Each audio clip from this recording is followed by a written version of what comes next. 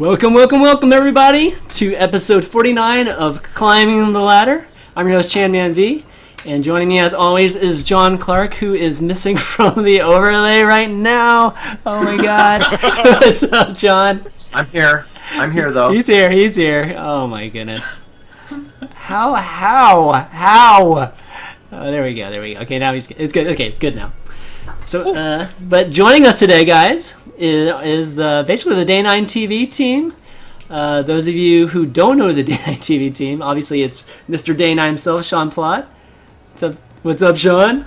Not much. Just thrilled to be on an episode that has a 9 in it. That's why we actually waited when you invited episode 41. Very, very good point. Sean obviously is the CEO, co-founder of Day 9 TV, and joining him is Mr. Eric Burkhart, who is also co-founder and COO of Day 9 TV. Hi, everyone. What's up, Eric? And finally, Mr. Tyler Rosen. All you guys know him as the co-president of the Texas Esports Association. And he's also a frequent collaborator of Day 9 TV. So I figured it'd be great to have him on. What's up, Tyler? Yeah, how's it going? Great to be here. Doing well. Well, guys, viewers, if you haven't ever seen me excited, I mean, today is definitely going to be a really, really exciting day for me because when I started the show, I remember, you can ask my mods, I remember thinking, who would be who would be the best guest to be on the show? Number one all-time guest. Number one, I have to say, number one all-time list would have to be the Day 9 plus the Day 9 TV team. So this is milestone for ChanmanV Productions. So it's going to be amazing time, guys. You have obvious nerd chills, don't you? Yes, obvious nerd chills, and yeah. I mean, there's not much else to say, but yeah. Anyways, main reason I think, biggest reason obviously for me being so excited about having you guys on is I feel like Day 9 TV is one of the few entertainment organizations that have really grown organically from our community, and because of that, I feel like it's a great paradigm for just everybody in the community that's just wanting to start their own thing and try to become a personality or just trying to contribute to the community. So that's why I think it's just amazing to have you guys on to talk about just a lot of the things that you guys do behind the scenes, as well as just how you got started.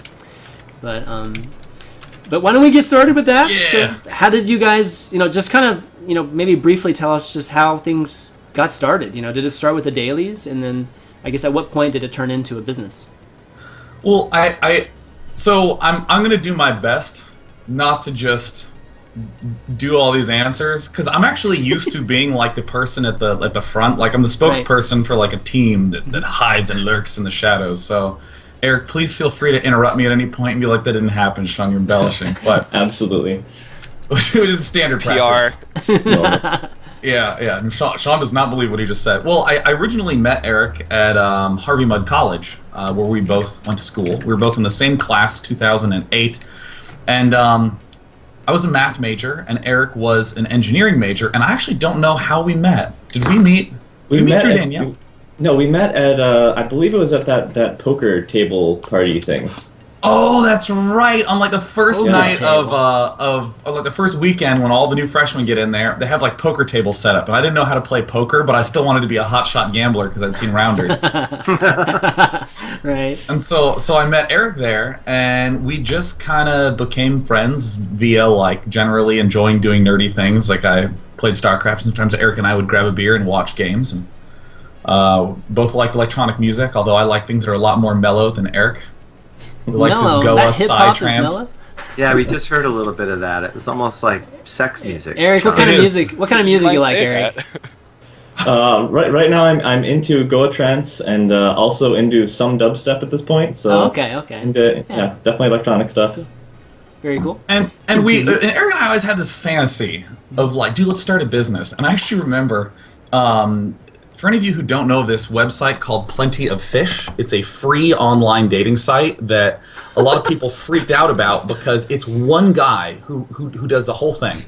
He now has some employees, but it was basically one guy who works 20 minutes to an hour a day, but he just set up these algorithms so cleanly that it just matches people together, and that's just all inter-server messaging and all that stuff. So he makes, or at the time, he made about $1 million a month just on Google AdSense. And Eric and I were like, we should do one of those businesses where we just plant a money tree and pluck off the $1 million bills every month. And we both agreed that was our calling in life. So That sounds good to me, man. Jeez. We dabbled in these discussions for a little while until eventually I just started doing the daily, largely out of just me wanting to do a daily show.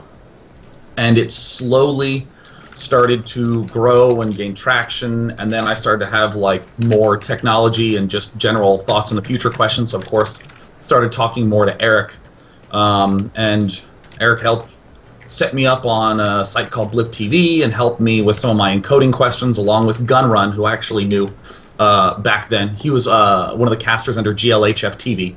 So it was Eric and Gunrun, and and DJ Weed as well. Just helped answer some of my questions on how to like get set up and stuff. And then eventually, Kara, the other co-person of Day 9 TV, who's actually my mother, who has a lot of experience in entrepreneurship and building businesses from the ground up. We all just sort of got together and we're like, maybe we should try to do this as an actual business and grow it. And I was still in grad school. Eric was still in Eric, you had a job. That's right. I was doing part-time grad school. Yeah. Part-time grad school, part-time job. Yeah, and Kara also had a full-time job, and we just started doing this in all the free time that was available, and so that's what we did. And then it started. I think it officially started in April 2010. Okay, April 2010. I mean that's completely different model than the guy sitting behind a computer for 20 minutes a day. I mean, did you really think from the beginning that this might work? That this would be something that you could get, to make a living from? My mom has just been so involved in the entrepreneurial thing her whole life.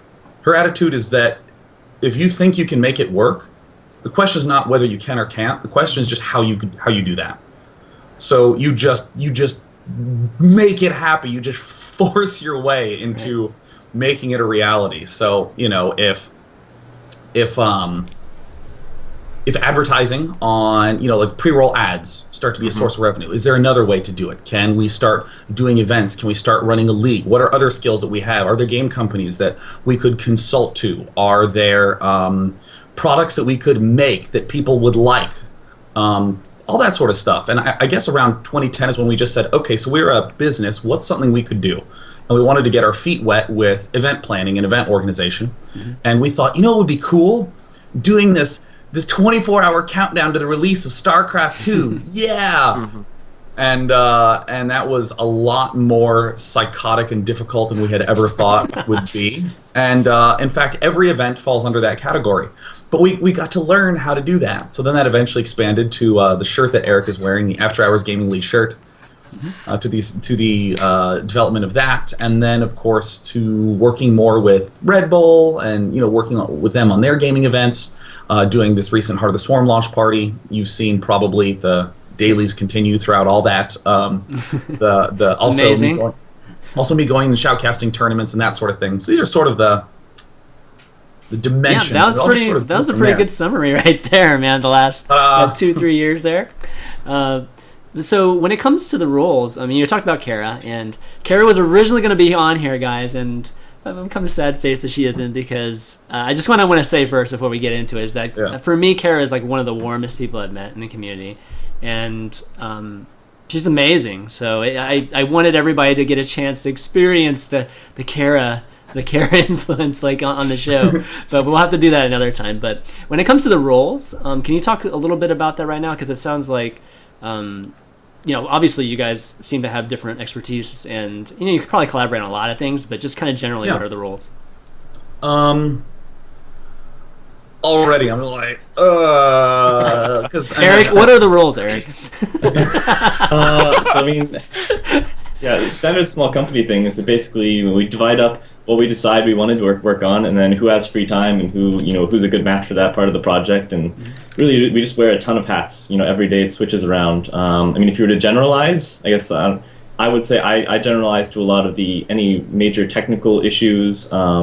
A lot of the After Hours Gaming League stuff I work on. I guess, Sean, how would you break it out? I think Eric is like tech, web, and After Hours Gaming League stuff. Awesome. And also that means also handling a lot of how the videos get encoded. You know, like if I'm doing an event in, like I remember when we were working with Gamescom, or with IEM at Gamescom, part of the agreement was to have those videos on Day 9 TV, hosted there. So there'd be like a permanent accessible archive. But I'm casting the whole time, right? So Eric would just coordinate like a team to stay up all night, getting the videos, cutting them, retagging them, uploading them, and spacing them out, and then re-indexing everything. I'm not answering the question. That's just a story. But yeah, like that sort of technological stuff, like the encoding, web stuff, any computer issues, helps build the encoding rigs for events.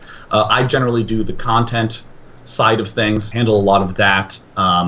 So that would include obviously the daily, but also, for instance, I do the metadating show on the Geek and Sundry channel. So you know, Sean and Bill, the two guys there are great too. So you know, I'll coordinate with them, discuss with them, you know, what the timing is, what sort of plan those out. So it's generally content focused.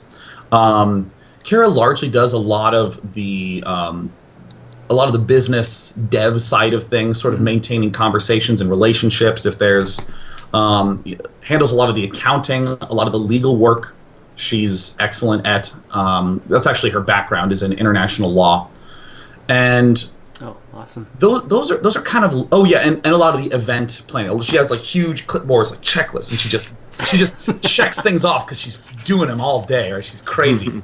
So that's sort of the loose setup, but you know, we all just sort of gravitate to the project. So like the After Hours Gaming League is the next thing that's coming up. So I'll be doing the content in the evenings. That's generally 4 or 5 hours in the evening are devoted to the daily and that sort of things, and then 4 or 5 hours in the morning are devoted to, you know, like, okay, is there a hotel that there is nearby that we need to arrange some sort of discount code? Do we have buses from the hotel to the venue? Right, the logistics of it all. Got it. Yeah, because I mean, those don't require like a degree or like it's kind of the groundwork. Yeah, I know what you mean. Yeah. But at the same time, like I have huge respect for event coordinators and project managers and that sort of thing, because there's just shit's constantly going wrong, and you have to be amazing at just problem solving on the fly. Yeah, you have to have plan Bs all over the place, right? So yeah, you have to have a plan Fs. Like you actually, all your plans are fucked. How do you come up with a plan right now? Because you have 30 minutes to figure out everything.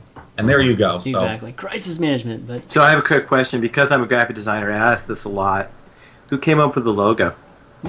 Oh my God. I will put it in the chat. Okay, www.bernatforte.com. His name is Burkhart. He's amazing. He's from Barcelona. The whole feel of it, though, did you guys kind of collaborate on that? The whole kind of icon infographic type feel. It's really good. It's really clean. Oh, he's excellent. Yeah, we actually have two designers. One is Burkhart. The other is Gabe, who does like any graphic you've ever seen at any of the Red Bull events. Gabe did, sort of built upon the setup that Burkhart originally did. But it's actually kind of funny because in early 2010, maybe around January or so, February, I just got a message from someone who said, "Hey, I really liked your show. I was struggling with, thing X, and I saw an episode, and I've started to win a lot. So I just decided I would make a logo for you." And just, it wasn't the original logo, or actually isn't the logo that you see, like, right there up on the wall, but it was the old Day 9 Netcast banner.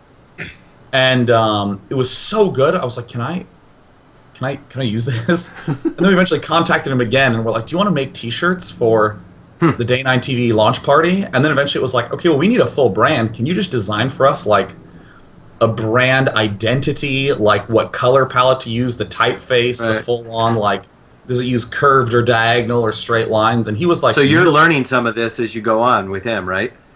Yeah, you're learning kind of about this side of the business, the branding side? Yeah, absolutely. Absolutely.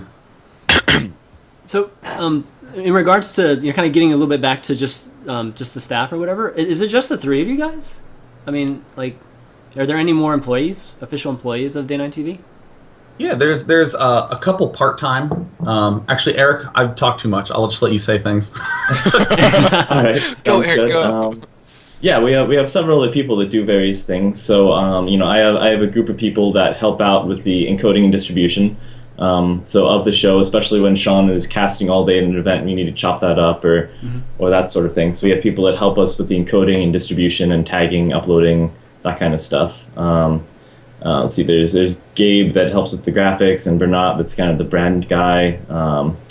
Let's see, we have There's N. Tucker.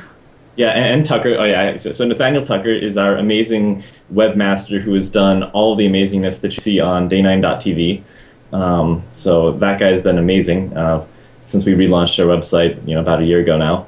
So there's Nathaniel, and then yeah. Go ahead. And Go ahead. And then we also have, let's see, there's Stephanie who kind of just does general stuff as we don't have time, so she can help write things or come up with ideas for projects we're working on, stuff like that. I think, is that everyone, Sean? I mean, that sounds right. I mean, there's also, I like your description of Stephanie. It's like, yeah, when you have an event coming up, there's just a ton of stuff that needs to get done. And Stephanie's a get done stuff sort of person. Mm-hmm. She's great. And then there's also, of course, like the Fun Day Monday admins who are volunteers who help sort through the ridiculous amount of Fun Day Monday replays that get submitted. The admins of the Day 9 TV chat, all volunteer, all great. There's also the After Hours Gaming League Council, so that that is held together by a team of amazing people from the league who are really passionate about it, and you really want to make the league a better place. So those they put in a ton of work to make it better. So there's are those players? Are those players from the league?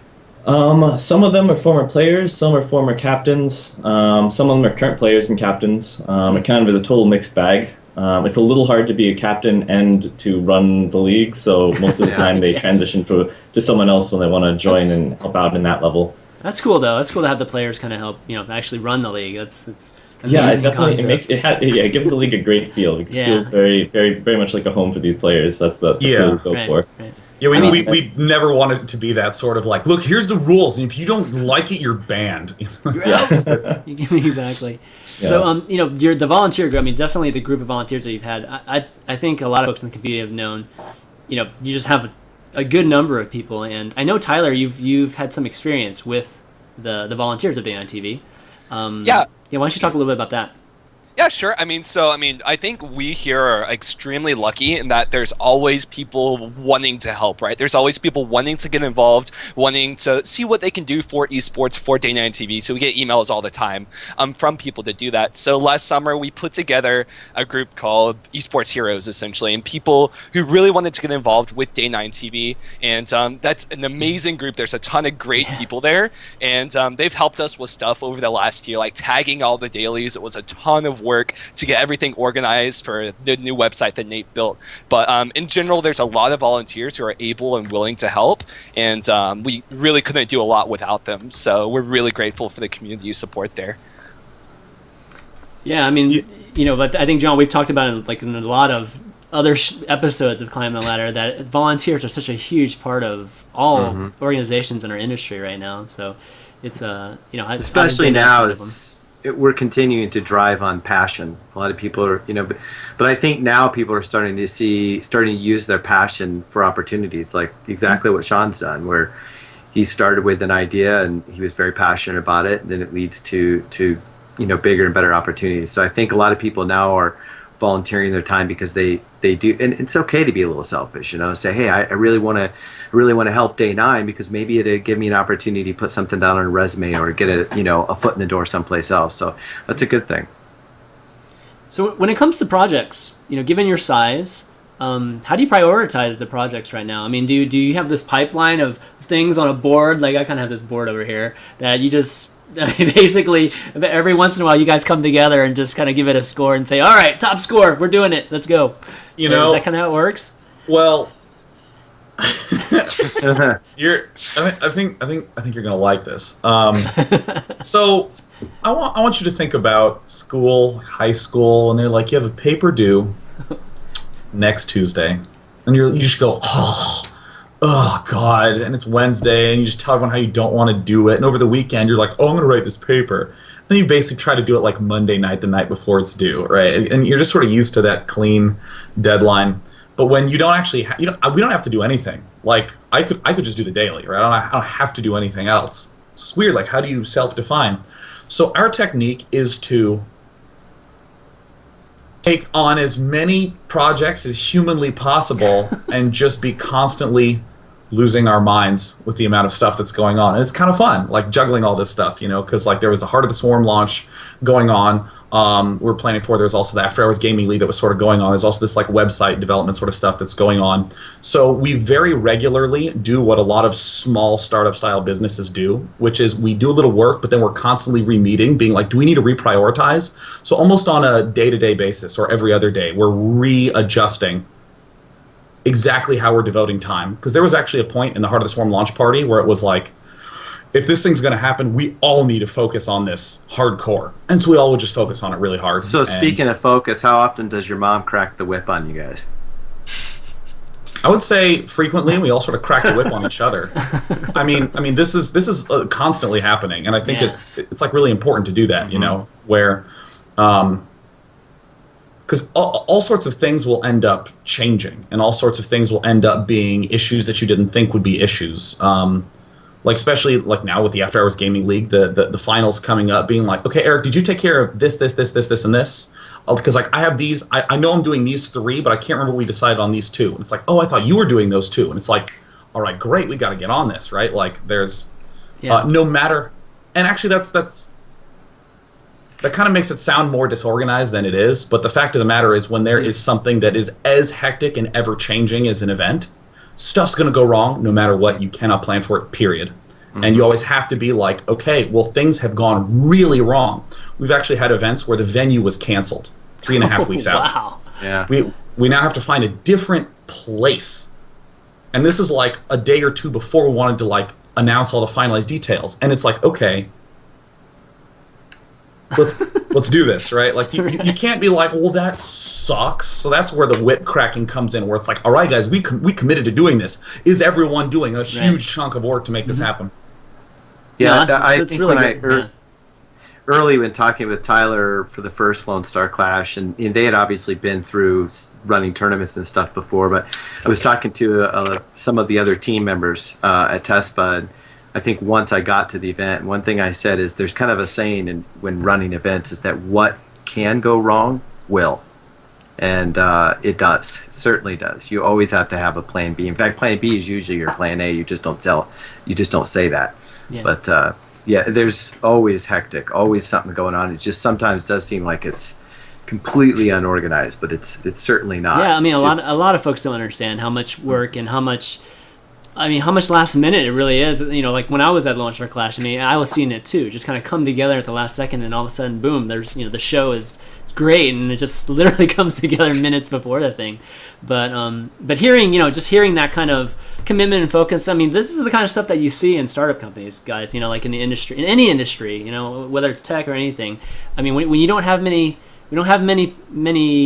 staff members, I mean, you're wearing a lot of hats, and you're just, very nimble and just constantly doing things. So, it's always a sign of a really good company. So it's really, really cool to hear you guys, just having that type of, drive and focus too when it comes to, hammering these things out. Not to mention just really ambition, really pushing yourself in that regard.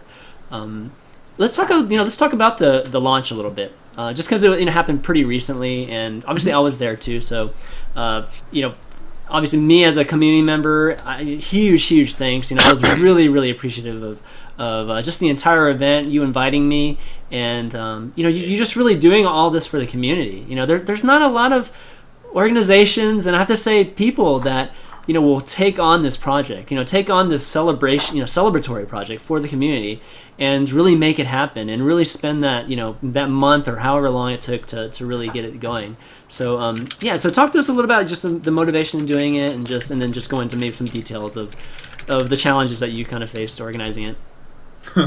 or some of the challenges. I love how diametrically opposite those answers are. It's gonna be like we had these great intentions, and it's a huge piece of shit. There was, I mean, the motivation is pretty straightforward. That Heart of the Swarm's coming out, so let's throw a party. It should be awesome. And there's so many pieces to the community, so let's bring them all together. And that's one of the great benefits of working with Team Liquid on the project, is that, in a lot of ways they're at the heart of the StarCraft community. And we were just like, yeah, let's do this. It'll be great. So that's very easy to state. Putting it together, really, really hectic and crazy. Right. Well, I mean, and it's not like this event specifically. Every event, I always say that every event is full of things that you could not have ever prepared for, that you will also never learn from. I've been, at one of the Red Bull events, a player went outside in between a set to smoke a cigarette before he came back in. But he went out a one-way door and got locked out of the building. Yeah. Sounds like a Red Eye story that we heard. But yeah. Well, so then no one can find this guy, and we're like trying to fill time, and everything's getting behind schedule, and like no one knows what's up. I mean, what do you do, right? Like, we have like the IFBs, like little earpieces, where we can hear the producer who'll be like, "All right, we're not ready for the next game. Keep stalling." We can hear those sorts of things. What if the IFB breaks? And you might say, well, okay, you have a replacement IFB. And what if it breaks when I'm on air? They have the replacement IFB. I can see it right there. It's like 15 feet from me. But I don't know that it's broken, and I can't tell what's going on. How does production and me deal with that sort of thing, right? Like, it's that sort of thing. So, I mean, with this event, a lot of it was, coordinating, because, I mean, there was what? Is it 27 videos, Tyler? Was that right? Yeah, I think we had Wow. 27 that we put in the show. So it was a lot of content that all had to be collected and looked at and organized, and it was a huge collective effort. Yeah, and I mean, like for instance, one of the videos just wouldn't play properly. Just wouldn't play. Well, actually, there were a lot of videos that had encoding issues that would not play well with this equipment. And then when we re-encoded it, it looked like crap. So then we have to go back to the original person and be like, hey, can you take care of this? And then they don't get it for 2 days. And then when they do get it, they're like, well, I'm out of town for 3 days. So what can we do? So I'm trying to think like, okay, well, I guess we can take this video 3 days before the event comes on. I hope it works. And there were actually 2 videos. I actually was up all night the night before trying to figure out what was wrong with one of these videos, why it wouldn't play properly. It wasn't mine, was it? No. It's all your fault. Actually, for any of you who would like to know, Chris was the first submission. Chris was 3 or 4 weeks before we got that. Yeah. That figures. Overachiever. Yeah, and it's like 1080p, 60 frames per second. Those frames are so Oh, sharp. it was like 6 gigs. I mean, it was huge, man. It was gigantic. Yeah. But I never got a chance to I haven't even thanked Britt for helping with editing that, by the way. So It sounds like, Sean, you still get your hands dirty with all this. I mean, you're just as involved as you were before. Yeah, I mean, I think it's an illusion to think that, Well, I mean, there are some people that think that, now that you're at a status of an actual company and everything, that you're CEO, that means you just sit back and enjoy watching Tyler work his ass off and Eric work his ass off, But that's not the case. That would be great. Yeah, That would be great. That would be great. I fantasize about that all the time. And in fact, on my birthday, that's what we do. I'm like, Eric, do 20 push-ups and tell me about H.264 codecs. And he's like, well, X.264 is more modern. And I'm like, good. And I'm like, sipping martini.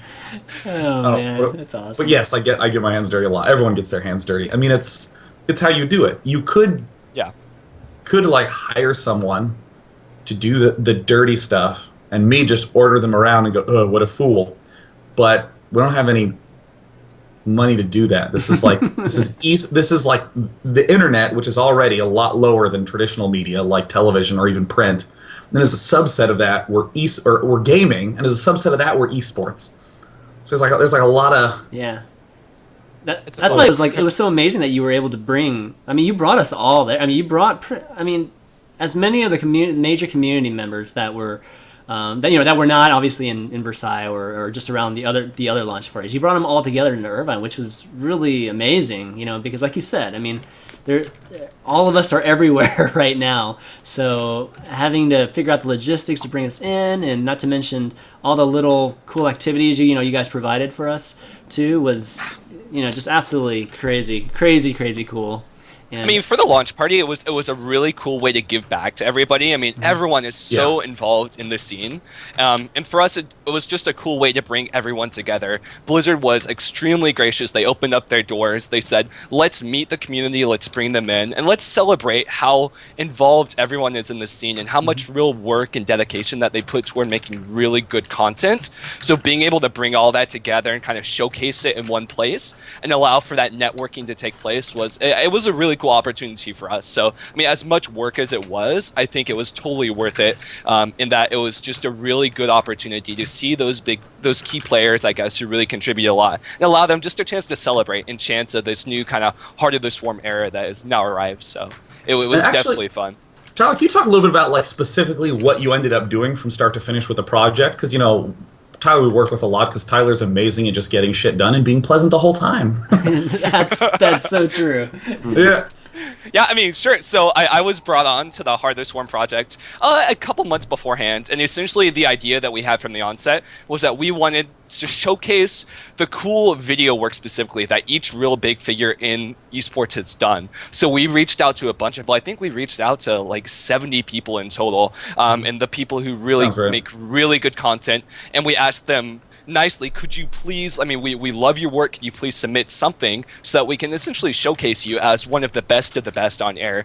And the response we got was just overwhelming. So my kind of involvement in the Heart of the Swarm launch party was reaching out to all those people, maintaining those relationships, trying to get the content in, and then once we had content, really vetting it, going through and make sure the quality was good, that there were no encoding problems, and then once we had a good slate of final content, putting together a run of show that made sense logistically, something that spaced out the songs with the interviews, with all the different types of content we had, but at the same time kind of built up to a climax for the beginning portion and the second portion. So that was where the real creativity came in for me.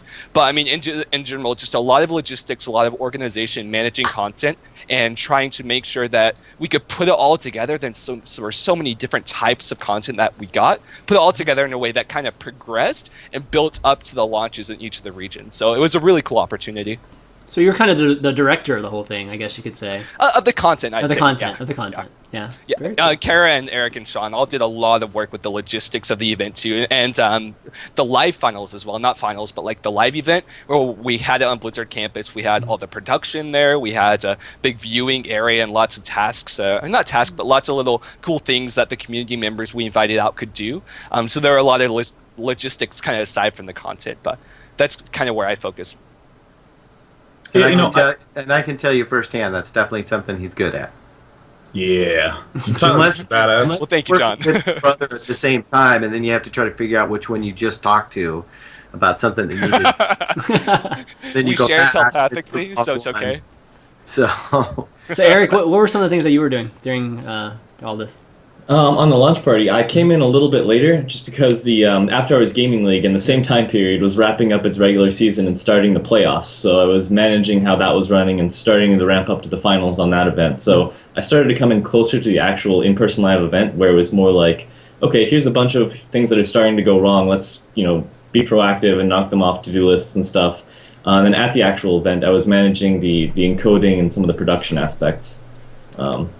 Standard technical stuff, and then the distribution of the show afterwards. Okay, great. So how long did you guys sleep after the event? I slept, I think, 13 hours, I want to say.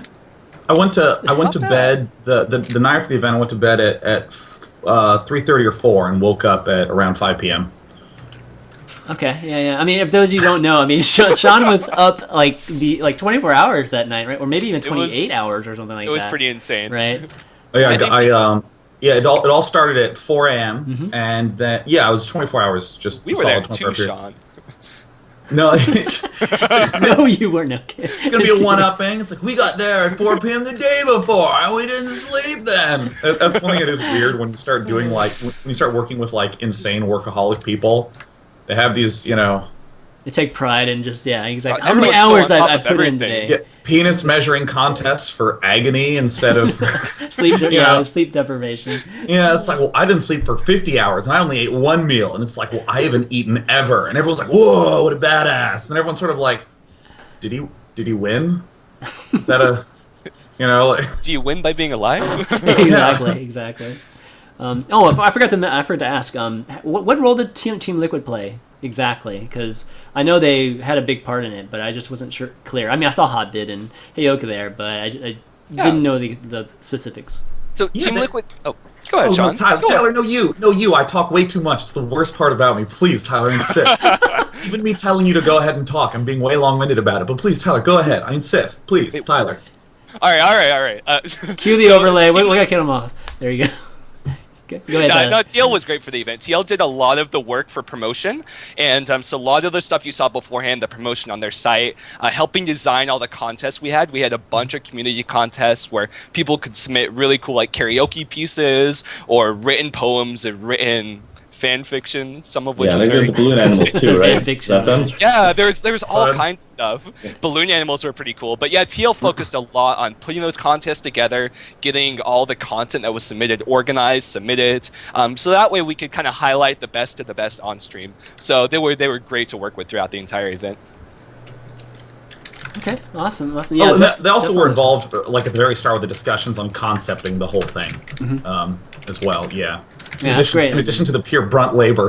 Yeah, they left that to you guys, man.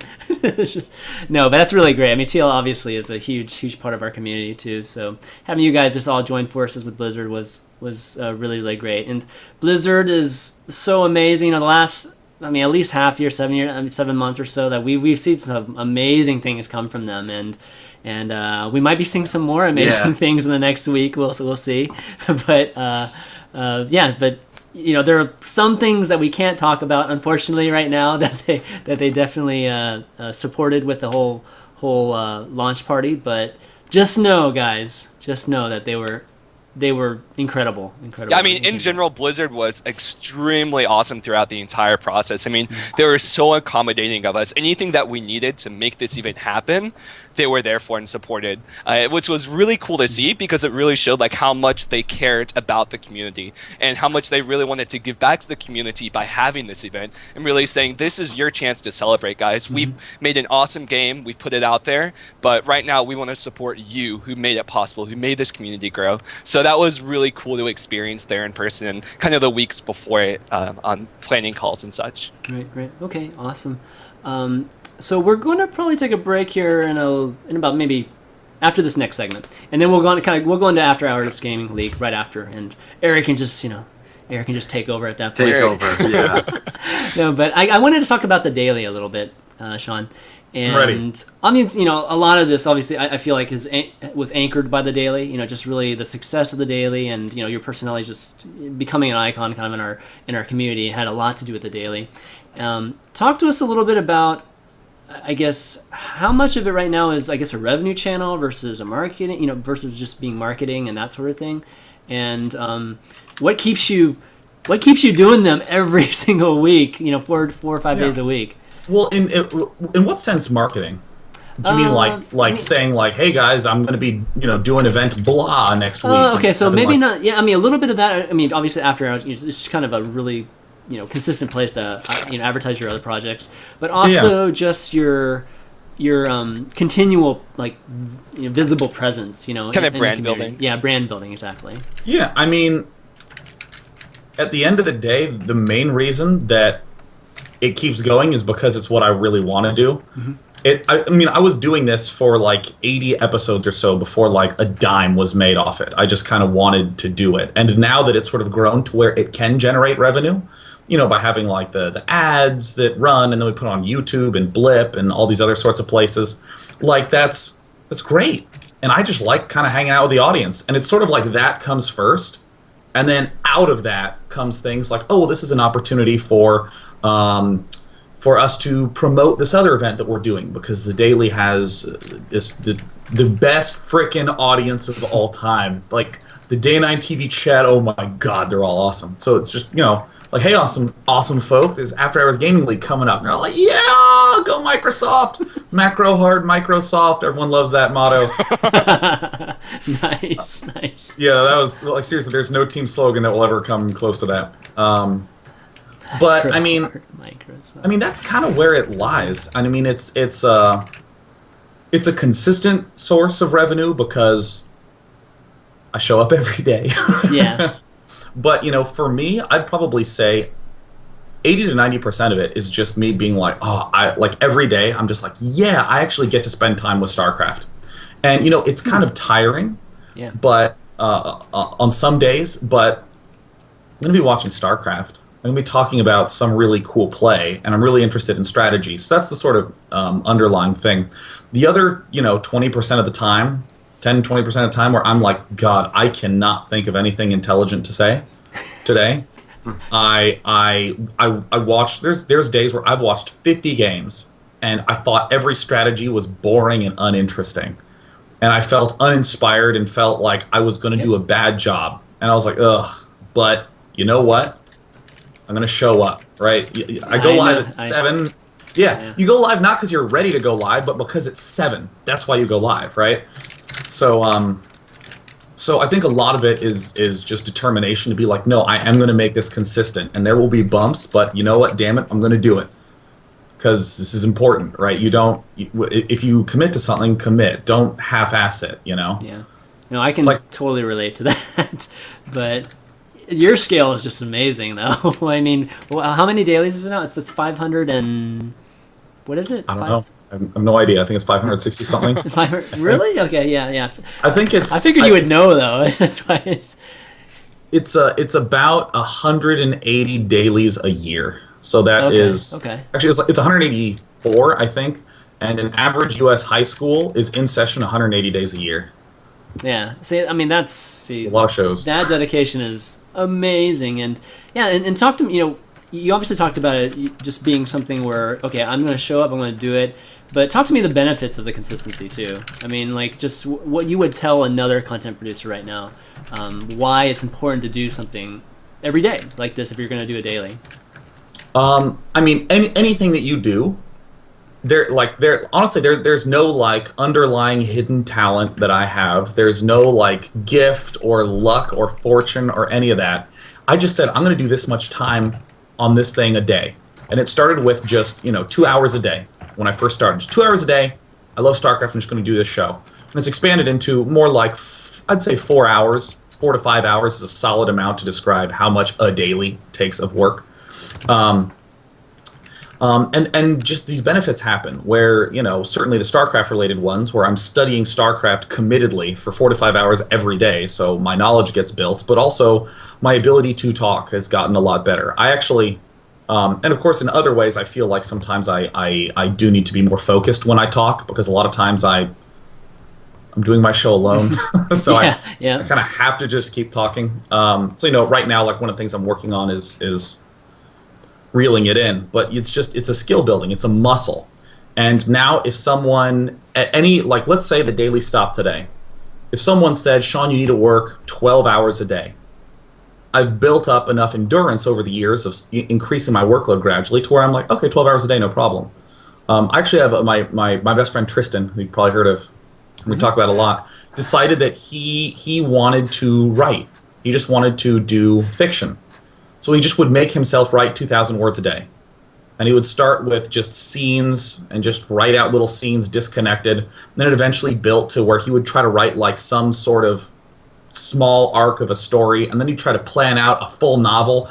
And then he'd write a full novel and look at it and be like, oh my God, this is awful. So he'd throw that away and look at another thing but every day he would just say, okay, words. I'm just going to do 2,000 words a day or 5,000 words a weekend.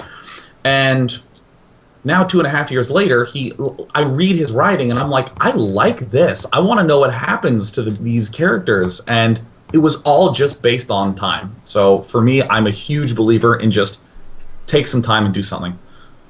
Yeah, I mean, a lot of that has to do with honing your craft and things like that. It's a lot of things that you hear from songwriters and stuff. It's just people who are writing songs a day, or even Jingna. Jingna was telling me she was trying to do a photo a day, really just hammering that out and pushing herself, even though she doesn't have to do it, right? So, really cool to hear, I guess you use that kind of motivation too. Which episode's your favorite? I mean, I would say episode 100 would probably be the obvious choice, but I just want to see if there's a different one. I do have a favorite. Okay. I for some reason I can't remember. Day 9 Daily number 337. It's a Fun Day Monday. All right, you trolling me right now or what? No, day 9, daily 337. Okay, all right. We have liftoff is far and away my favorite Fun Day Monday. I thought that was just the games that were submitted were outrageous. So like, and they were all really different. Okay. There were a couple.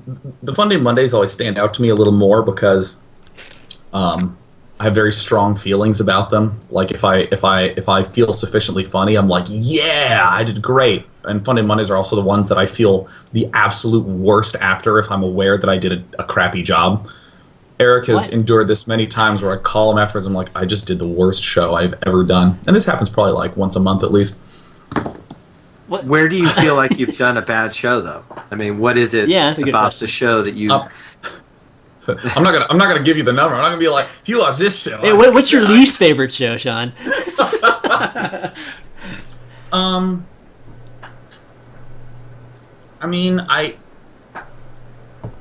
just hear myself and I just think like this is not that entertaining. This is boring.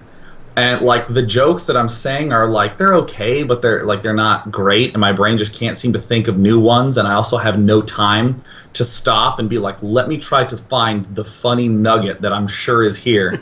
Just have to keep talking. And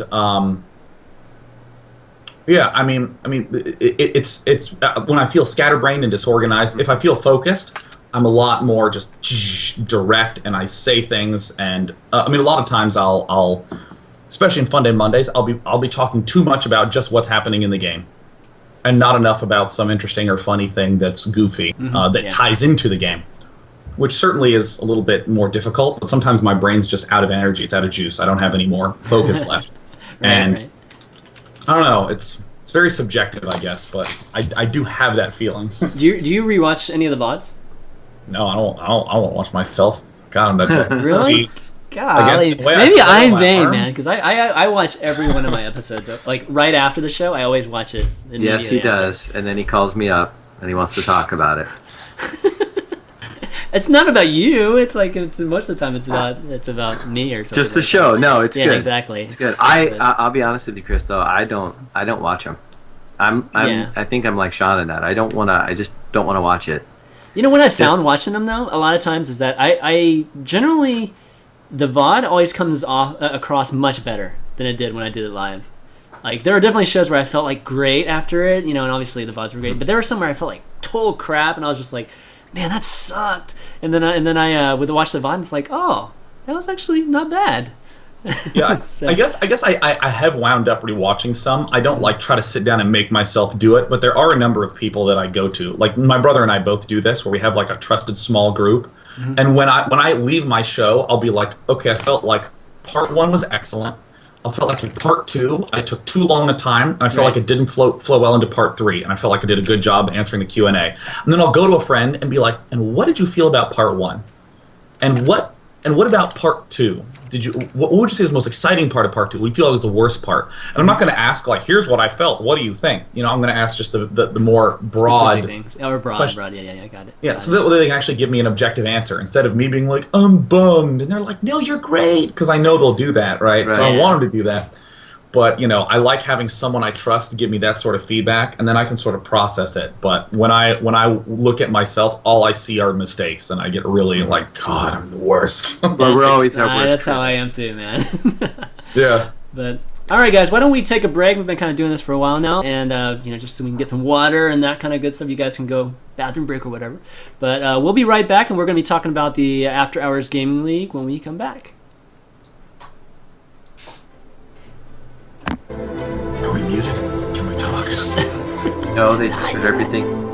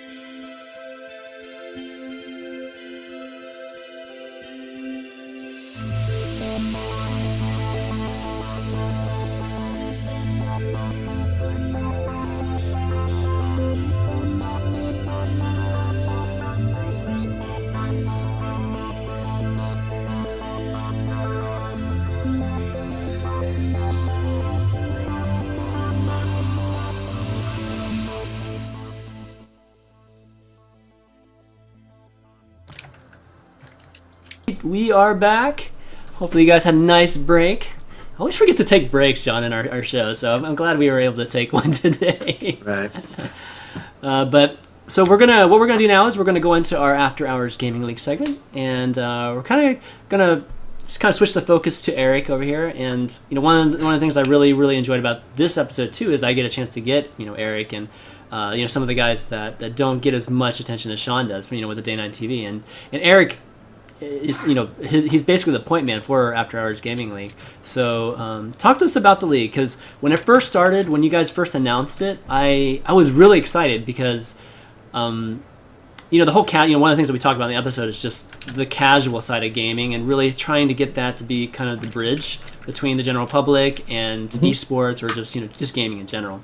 And that initiative, After Hours Gaming League, seemed to be just right up that alley. And not to mention that we're working with these big companies, like very big tech companies that who knows could potentially be sponsors down the road or something like that.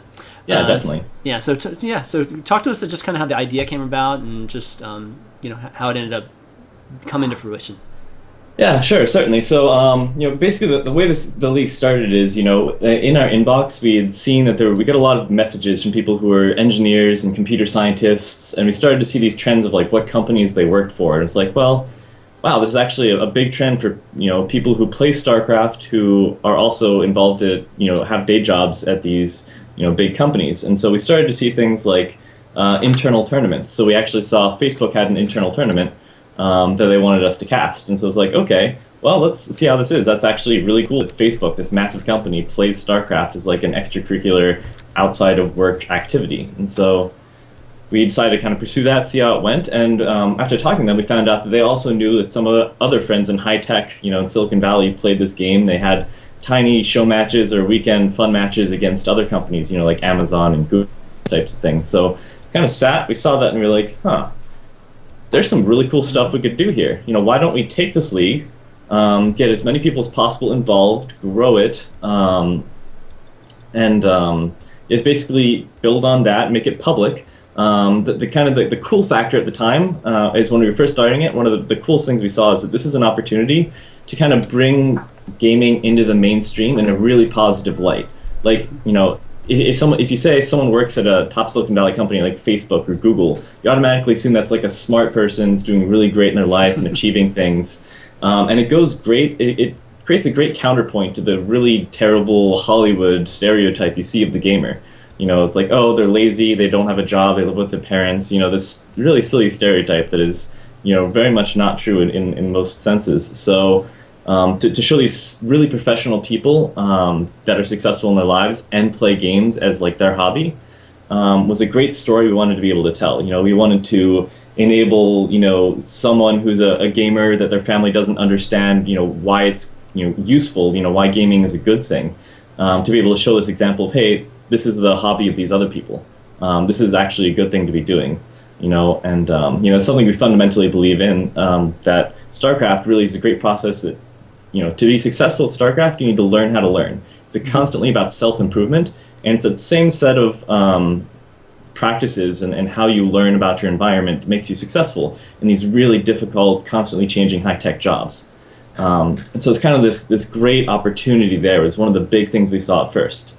So that was kind of what was one of the cool things about it. Also, obviously, we've always tried to find the best ways to grow esports. So getting, trying to get press around, positive press around esports in the mainstream. We figured people would want to talk about Microsoft and Twitter and Facebook in press in a positive light. And also, yeah, and also in terms of sponsors, I think like building up the awareness within these companies is really important. It's a very long process, but we make sure that all the companies involved have to get approval through their HR and PR segments. So the company knows that they have an official team. And what that really does is it creates the conversation between the players and these engineers and their HR and PR representatives, and gets it in their minds, so that then you create things like little mini bar crafts or mini parties, viewing parties and these sorts of things, so that over time esports is more in the mind of all of these companies. Have you heard those type of things happening at the companies? Like, oh yeah, certainly. And the trend is that when companies at first, especially in season 1, when we had no precedent, nobody had seen the previous seasons, there's no what it was about, that was a lot harder. But once we had a season behind us and Microsoft and Facebook and Amazon, these huge company names behind us, it got a lot easier. And also within the companies, it's kind of like season 1, it's kind of like, okay, we'll buy in, okay, sure. By season 2, it's kind of grown that everyone kind of understands what it means, and the company buys in more. So like the company's more willing to pay the registration fee or buy t-shirts or fund little viewing parties and buy pizza or something. So the companies definitely get more involved over time. There's also been some seeds of some other like interest in sponsorship too, I believe. So I think that vision it's a slow vision. It's going to take a while, but I think it is starting to come into fruition, I would say. So I kind of brought up the After Hours Gaming League website here just so folks can kind of take a look at it, and I can kind of click through it as we're talking about it. So it seems like the league is, I think the very first season, how many games were there? Were there 4? There was it was 8. It was a super beta season. We tried to keep it limited, basically because, the smaller the number of teams, the less we have to worry about the logistic headache of, playing matches. When do people play matches? How do they play matches? There's like a huge learning curve for every game we add, because every game is slightly different mechanics-wise. So when you added League of Legends, that's a team-based game, so scheduling is an entirely different problem. And so we also kept that, I think we had 11 teams our first League of Legends season, and then we expanded it once we'd sorted out how to actually scale. Okay. So talk about so the first season, I think they were just normal they were pretty much just normal games, right? You didn't set any kind of special rules. But I've been hearing a little bit this season that there have been some special parameters you've been putting on the games, which I've always thought was kind of cool. I thought that why not just do that? Why not just like not let them build a certain unit or something like that? Yeah, so we've changed a few things over the years. I mean, the key thing is we want the league to be very competitive, even if these are casual players. You think they're casual players because they don't. They have a full-time job, they do this as a hobby in the spare time, but they're actually super competitive. So we want to maintain a highly competitive feel while also maintaining a fun environment. So this should be an after-work way to blow off steam, hang out, bond with other employees. So it's important to balance the two. So the first season was pretty normal in every respect. The second season, we added a few changes. So one thing we ran into is, and this is a constant problem planning the league, is you don't know how many teams you're going to have until right before the league starts. And so scheduling, how many round robin groups you have, is it in everyone play everyone? Do you have to run into some Swiss rounds? Like how do you mechanically make it work in the exact time frame with the number of teams that's not ridiculous? In season 2 we ended up with I think 5 groups, or maybe 4 groups. It was basically a number of groups such that we couldn't in any reasonable way pick out the last team to go into the playoffs. So what we ended up doing is we're like, well, there's no fair way to do this. So we're going to throw everyone in a free-for-all. Everybody makes the playoffs. It was a free-for-all on it was a free-for-all on a 4v4 map, mind you. So some people spawned in each other's bases. Oh, man. It was pretty amazing. So everyone had a blast. That was, I think, our highest viewed video from the season. It was incredibly fun, I think, for Sean to cast. It's just turned out to be a really epic match, and that now has become a staple of the league. So this season, the math was still hard, but it was somewhat more like we could have maybe done something reasonable, but we decided that, hey, for the 8th place seed, we're going to keep the free-for-all is like a staple of the league. And I think, again, everyone had a blast with that this season. That's awesome. So how serious is this getting? I mean, in terms of the teams and stuff, I mean, because I'm looking at Season 2 right now in the group, and you've got, like you said, 5 divisions, 29 teams. It's a lot of teams. There's definitely some competitors there, aren't there? Oh yeah, it's gotten so we're just finishing up season 3 right now, and we've gotten to the point we have almost 90 different teams, and those are from more than 50 unique companies. So we have StarCraft and League of Legends as games, and we've also this season branched out into what we call an A League and a B League, which is kind of like Code S versus Code A or something like Oh, that. okay, so it's skill based. Okay, cool. And so tiered. exactly, and what we were thinking was that there would be also different structurally, in that the A League would be the super competitive people, and the B League would be the more casual players. Turns out they're both super competitive, and so we actually treat them very similarly. So we have over 80 teams, and so a lot of companies have multiple teams, whether it's a League of Legends team and a StarCraft team, an A League, or some people actually have teams in all 4 leagues. I love these team pictures, man. The some of Kirsten picture is the Kirsten awesome. Legend is pretty awesome. Oh my There's a gosh, few look good at ones. this. Then there was, I think the Adobe is a photoshopped guy, like ninja kicking an Ultralisk, I think. wait, I gotta find this. Where is that? Well, he's looking for that. One thing I want to point out, and that, the more that I'm looking at this, and I'll be completely honest, because, again, as we pointed out during our break to the audience, this is a no fluff zone. Well, we try to be, no fluff. So I had to be completely honest. When I first heard about the league, and I think maybe this was just the way it was in the beginning, it was really all about having fun and reaching out and getting these companies involved. But the more I look at this is really only the second real league in North America outside of the NASL. And this is probably the first real team league. I mean, this is pretty serious stuff. I mean, you got a lot of teams. It's regional based. This is exactly in line, at least for me, because this is what I do as well, is run tournaments and set up events and stuff like this. And this is really good. It's just really good stuff. It's amazing. I mean, I back when I was working for like bigger companies and that sort of thing, we'd always game at night, play Quake or whatever it was. So like having something organized to do it, that would be. I mean, this is exactly how soccer started in Europe. Small, bars literally got a team together against a bar across town, and things like that, and they grew up to be. And this is, Chris and I have talked about this even on the show, is that creating this regional feel where there's just this feeling that you belong to this team, and your fans are the people that you work with, and so you're pulling them along to these events, and this is really good. And absolutely. And the vision for the league is, we want every company in the U.S. to, have a team, and maybe even eventually outside of the U.S. and just have it as like it's if you get a job at a company that's has the right demographic for StarCraft, you can assume they'll have an After Hours Gaming League team. So we want to keep scaling it up, and we've had some pretty good growth. So the first league we had 8 teams and like 80 players. Season 2 we branched up to almost 500 players, and now we're just under 1,000 players.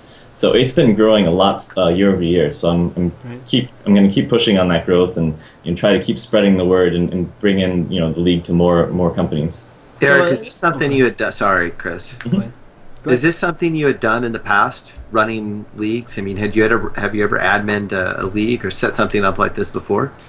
Nope, not at all. So my history was actually I met Sean when I was in engineering at Harvey Mudd. So at the time when we kind of started Day 9 TV, I was just transitioning out of basically an engineering and computer science job. So this is pretty much left field for me career-wise. So it's totally new, complete fun problems, but basically it's just, again, learning how to learn. You deal with problems, you figure them out, and you just keep moving forward. So it's been a blast learning how this all works. And again, I've had so much help from the people within the league themselves. They're very smart, self-organizing, and really want to help out, which has made it actually possible at all, really. So who did the website for this? So season 1, it was a mixture of Burkhart, who did the logo. So this logo I'm wearing is Burkhart, who also did the Day 9 logo. Amazing guy. He also did the entire front-end design of the website for season 1. And then we had someone from the league kind of help us implement that on the back end in the first season. Okay. And then for season 2, when we expanded games, we obviously, our very basic, simple design, which was beautiful, didn't quite work for 2 games. So we had to kind of Frankenstein that a bit. So that's why you see we're still in the transitional period of the design where we have 2 navigation bars, which is like, I mean, no one's going to tell you that's a good idea, but it's kind of a transitional thing for us right now. So I mean, I know your engineering background. So how much have you gotten your hands dirty with coding and stuff? It's been a pretty binary transition. Since I left my engineering job, I've done almost no coding whatsoever outside of my master's degree. So I've been finishing off my master's degree part-time, so I've done some coding for that. But outside of that, it was transitioned from 100% coding to all business and management stuff. It's so funny because, I'm an engineer too. And awesome. Everybody's like, where's your website? Where's your website? I'm like, I'm just going to pay somebody to make my website. Yes, I don't know why. You only have so much time in the day to think through these things. It's easier to hand it off to people that are good at what they do, right? Exactly. If you can hand it off and you have the money to pay for it, it's better than trying to figure out yourself. No, yeah, and that's actually one of the big things that was awesome about Nate, who helped, and Tucker, who does, Eric mentioned the Day 9 TV webmaster, that did a lot of the back end work on making sure the tournament reporting system is it's actually fully automated in the background. So Eric, go ahead. Yeah, this season it's fully automated, which has really helped us scale with less admin back end, and that is all with Nathaniel Tucker, who's an amazing engineer who also does the Day 9 website. So again, props to him for making it amazing and easy for us to run. So what part of it yours is automated again on the site? On the After Hours Gaming League, it's like the automated. The schedule? Yeah, basically, So there's scheduling, then there's emails sent out when they agree on a time, and then there's when the match is done, the replays are collected, and then the publishing of the replay and the page and the standings and all that is automated. So the winning captain reports a score, and the whole website is just done. The only thing that needs to be put in now is someone needs to link to the cast of the game, and that's pretty much the only manual change of content. Very nice. Very nice. Yeah. Exactly, and that's infinitely useful when you have 800 people playing every week. Oh yeah, it's very scalable, right? Yes. So, talk to us a little bit about Red Bull's involvement in this. Are they purely just a sponsor, or are they actually involved with the organization of it all? Yeah. So when we first started, it was Sean and I saying, "This is cool. This is great for esports. We're just going to do it and see what happens," right? And it turns out it costs a significant amount of time and money to run something like this. To sort out all the problems, come up with, I think we had a 50-page handbook to explain it, and then, to design the website, and, basically every aspect of it costs money. And so we were looking at it, and we were like, this is a cool one-time thing. We'll see what happens after it. And, at that point, Red Bull stepped in saying, hey, this is also a cool thing. Can we help out? So they've helped us basically make it maintainable over season to season, So they are the head sponsor, and they've been infinitely helpful in all kinds of ways. They also allow us to have the finals at their venue, so they really help with a lot of the logistics of the finals. So that's also been infinitely helpful. Okay, excellent. Yeah, Red Bull's such a. You guys seem to do a lot with Red Bull. Is it a consistent? Is this something that you a consistent partnership or something that you have going with Red Bull, or is this just from project to project type of thing? I would say it sort of varies from project to project. A lot of the events that we did for the 2012. God, I couldn't think of a year. 2011, right? 2012. Yeah. A lot of that was hey, let's do a number of events together. So that sort of thing. And kind of the start of that was the After Hours Gaming League, and then of course they were like, yeah, and let's make sure to work together next year. And then with the Heart of the Swarm. Launch party, helping to provide some of the equipment for that. That's kind of on a case-by-case basis, but we definitely have a good relationship with them, so. Yeah, because some of the others were Battlegrounds and Charlottesville Nuggets, so really, really cool. The first thing I associate with Red Bull, honestly, is you guys. Outside of some of the teams they sponsor and that sort of thing, but when it comes to organizing events, Right.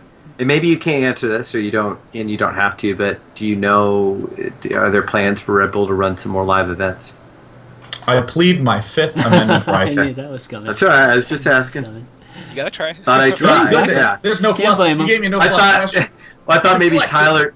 Yeah, exactly. I thought maybe Tyler would slip and just start talking about it. Hey. What are you trying to say?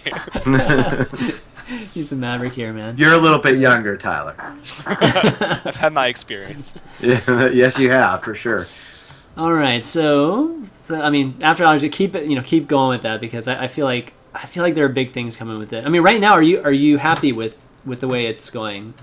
Yeah, I think everything has been uphill vertical graph since we've started, and even some of the problems we ran into early on, with only 8 teams, there was a huge skill gap, and we were trying to publicize all the games because we were pushing to get the word out about the league and how it's cool and just maximize publicity season 1. And so we kind of got this bad rap in the community to some extent for having bad games of like, oh, this is a bronze player playing against a diamond player. These games suck. And over time, it's really built into the top teams in the A League are just really incredible players. Like the top, I would say top 4 teams in both League of Legends and StarCraft are on the level, all high diamond to Masters lineups, and we even this season have gotten our first Grandmaster in StarCraft 2 and our first Diamond player in League of Legends. Mm-hmm. So we actually have some pretty high end players. It's not like a pro team, but it's getting close to some second. To clarify one thing that you said, Eric, because when you said Diamond to Masters, it's like Diamond in League of Legends, which is like their top tier, and then Masters in StarCraft, which is the StarCraft top tier. Right. Just to clarify. No, that's definitely like awesome. Yeah. Yeah, it's really cool to just the landscape of StarCraft right now and League of Legends right now, kind of in that non-pro scene right now. I mean, I think it's really cool that we're starting to see these segments starting to evolve, like CSL, right, with college, and then now we're seeing After Hours Gaming League when it comes to more casuals, employment type of teams. It's really, really cool to start seeing those things. And if we can get the viewers and the fans to step away from this idea that just because you're watching a Diamond versus Master or whatever it may be, it's not important. Yes, it may not be super entertaining, but you guys were putting it out there for a reason, and it's a different thing, right? It's entertaining. Yeah, I'm not gonna lie. Like my favorite casts in 2012. A lot of them were just these insane games that were where both players got it, but if you have a lead in StarCraft, it's actually hard to keep it unless you're like really on point. And if you're really on point, then it's really easy to keep it, But it'd be like 2 platinums playing each other, 2 diamonds playing each other. And there actually came a point in 2012 where I could blindfold myself and cast a Protoss for Zerg, because everyone did the exact same thing. And I would just flip a coin. It's like, oh, I guess the big Colossus push worked. Or, oh, no, Brood Lords won. It was painful to cast a lot of the top-level pro games. But, man, you get people, loading up, 50 Banelings and an Overlord and just waiting for their guy to move out of his base. And I'm like, I don't know what's going to happen. Then you see, a turret start getting built in the main, and you're like, this has never happened in StarCraft before. That's true. Would fly in, and, 20 Banelings would get in. And the first 8 would kill depots, and you'd be like, oh my god. But then the other guy would cluster all his SCVs trying to run him away, and they'd all connect, so it'd be 2 workers versus 60. But Zerg didn't have any units because they were all Banelings and Overlords. And I'm like, I don't know what's going to happen. And it's just these psychotic games that were just hilarious, but most importantly, really, really, really, really fun. That is far away my favorite part about it. I'm feeling epic fails videos coming for After Hours Gaming League here. Well, it's not even fails so much. It's risky decisions that people don't really opt to make, right? Ever, and it's just they're all being made. It's just it's one of these weird situations where it's well, how do you analyze this? Right. But a lot of people don't do this. There's no history for this, so it actually kind of wakes up the caster brain a little bit. It's so fun. It's definitely more down the lines of entertainment, for just entertaining kind of cast too, which is always really nice. Okay, so we'll probably be taking questions really, really soon here, but I'll kind of end it with I'll end it with 2 questions, because one will be just kind of what projects you're going to be working on in 2013. But I'm going to start it off with because Sean, you in particular are such a big figure in our community. And Day9 TV2 is very, very influential company in our community. Do you guys feel the kind of onus and the responsibility of doing very, very impactful things? After Hours Gaming League, I feel like it's a very impactful project. Do you feel that pressure of having to do these type of things? In a lot of ways, I would say no, because I just like doing this stuff anyways. That's the whole reason I'm here. So no matter how stressful or problematic or anything ever becomes, at the end of the day, I'm like, well, at least I'm doing StarCraft, and that's pretty great. But certainly there's a lot of pressure that comes into stuff where if, here's a really simple one. Heart of the Swarm launch party gets announced. We kind of want to make it better than the last one. Mm-hmm. It doesn't make sense to be like, well, we're going to do something smaller and shorter and less involved because it's easier, So a lot of that is some of the issues we're running into right now, where a lot of stuff, a lot of what we're doing is entertainment, and a lot of entertainment stuff is not scalable.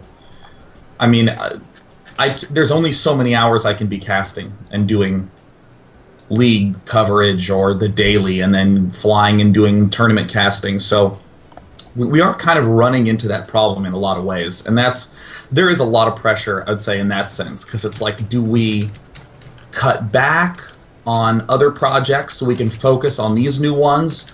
Do we keep these new ones at the same level and bring more people in? Because obviously we want the image to continue to grow and expand for the entire industry. So the last thing we want to do is,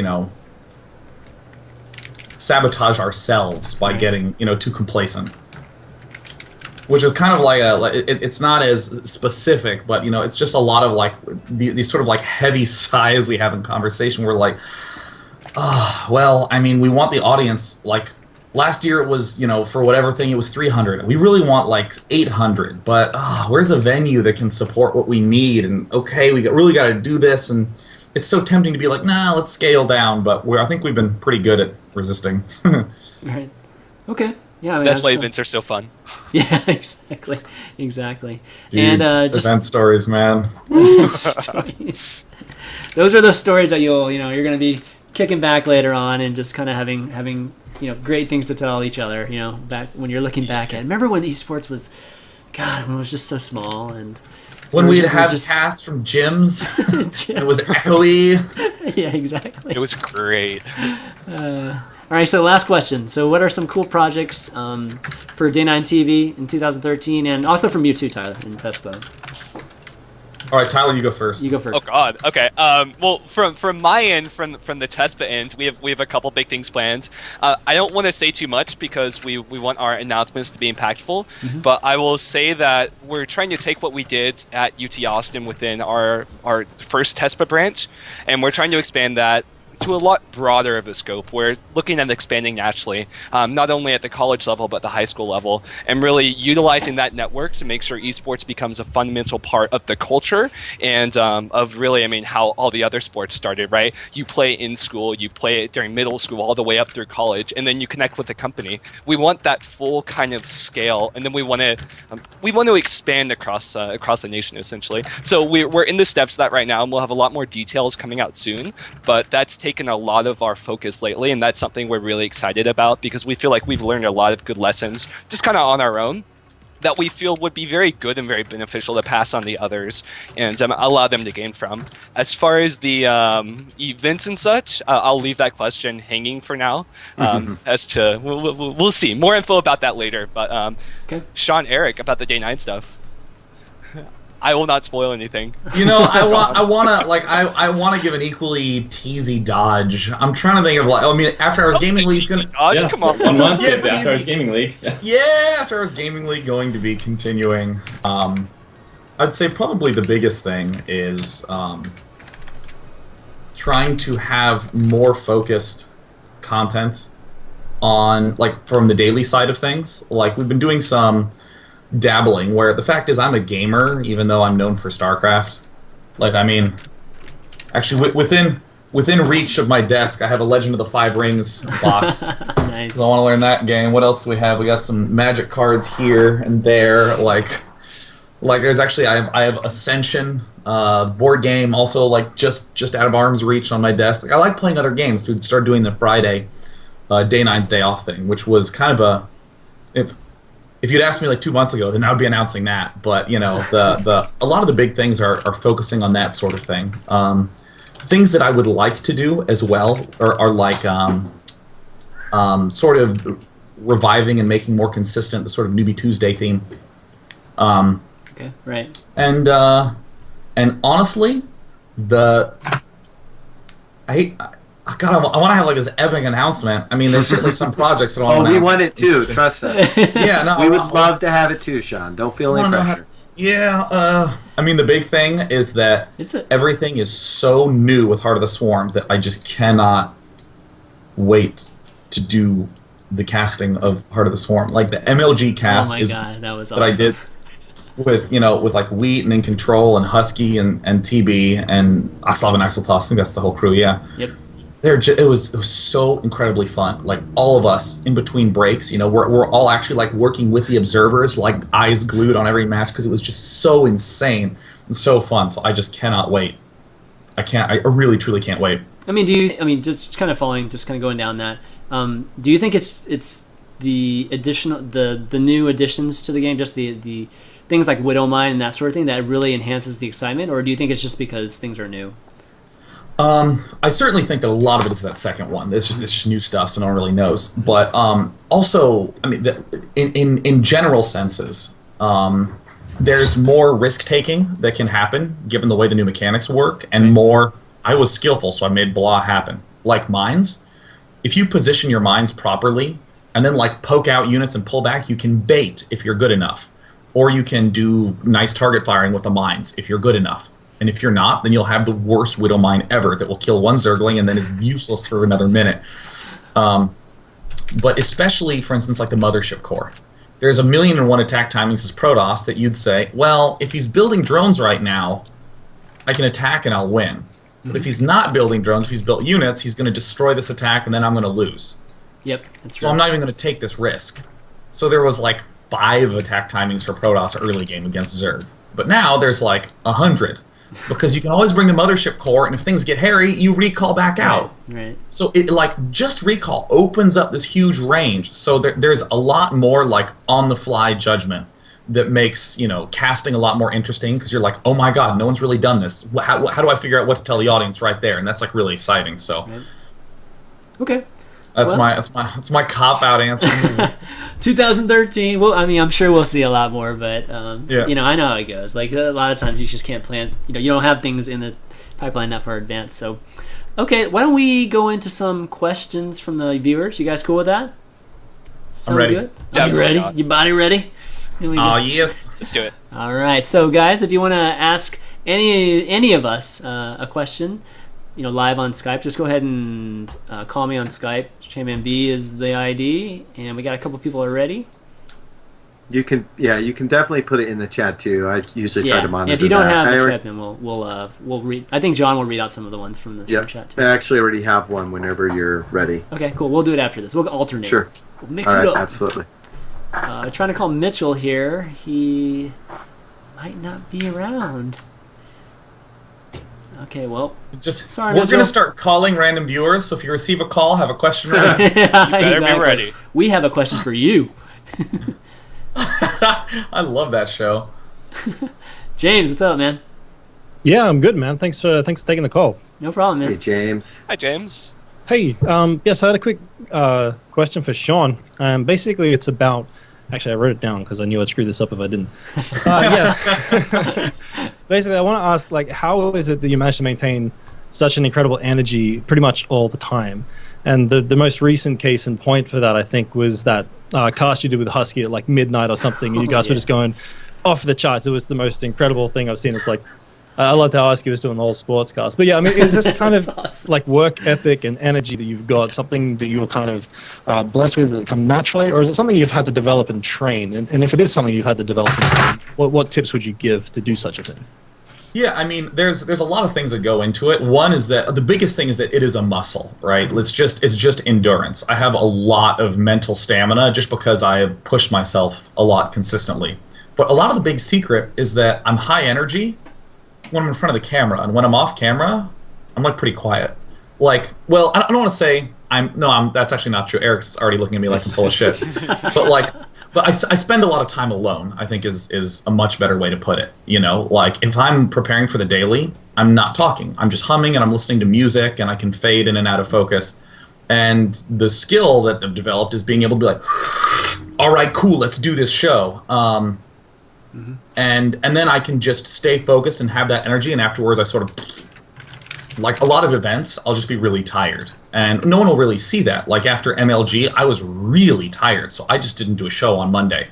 I basically didn't do anything on Monday and was really out of it and went to bed and slept a ton Monday night, and then woke up on Tuesday late, having slept through my meetings, which, sorry about that again, Eric. And then did the show and had energy. Because in a sense, like, In a sense, I lost my train of thought. What was I going to say? Yeah, I guess that's basically my answer. I mean, it's a lot of energy. So, oh yeah, the tip. That's right, the tip that you asked for. Yeah, for me, it's just set aside time to be able to do it, because I think a lot of the co-caster people know this, but like the first few live events I did, like the first MLG, was a day and a half. It wasn't even a full 3-day event, and I was just absolutely obliterated in terms of exhaustion.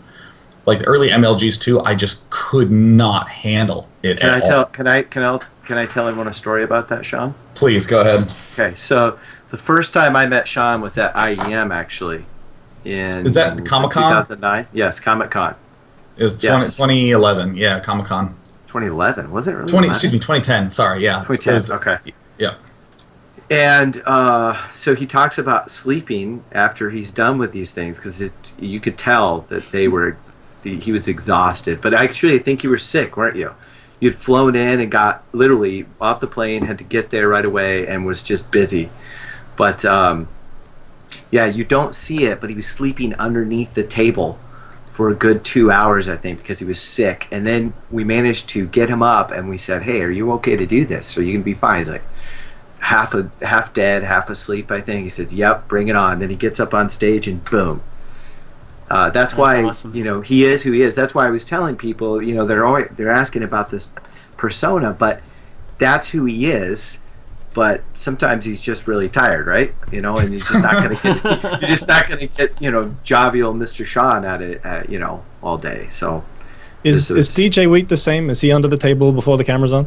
DJ Wheat, dude, he's been doing this for 10 years. Crazy. Yeah, he's been doing it He never misses a beat. I've never seen Marcus tired ever. I've seen him sleep, but I've never seen him tired. He has boundless energy. He just is an absolute endurance machine. And I mean, a lot of it is also responsibility. At an event, it's very easy afterwards to be like, "Oh, dude, hey, it's like Saturday night, championship Sunday tomorrow. Dude, let's go to the bar. Let's have some drinks." And you stay up till 3 a.m, and the next day you're just destroyed. Like you just don't make that decision if you're casting. You're like, all right, tournament's done, and you just like walk straight home. And I mean, I'm sure there's a lot of people who've seen me after events, and they're like, "Hey, is there any chance you wanna?" And I'm like, "No, I have to go to sleep. I'm gonna make myself go to sleep like right now." Well, I heard a story about that, Sean, which was I think it might have been at an IPL where they tried to get you to go to the bar, and you're like, "No, I got to go to the hotel, and I got to do it daily," and that's what you did. Oh wow, that's even more impressive, actually. If it's true. You probably don't ever remember it. If it's true, it's not a tall tale. I think it may have been IEM in the IEM World Championships at CBIT, where they actually set up a little area for me to be able to actually do a daily from there. Oh, nice. But, all right, James. yeah, that's about right. Like, yeah, I just like that. A lot of it, like if I don't get enough sleep at events, like I'll sound terrible. Like a lot of the reason casters' voices sound hoarse and sore is because it's hard to fall asleep after you have like all this energy, and it's not like you're like, all right, turn it off, like immediately be unconscious. But it's a lot of times casters will just go to their hotel at midnight and not be able to fall asleep till like 2 or 3, and they'll have to get up at 8 because they have to be there at 8:30, and then their throats are just dry because they haven't slept enough. Right. And it's like it's crazy. You just make yourself get in the bed, man. Sleep it up, dude. All right, James, man. Thanks for your question.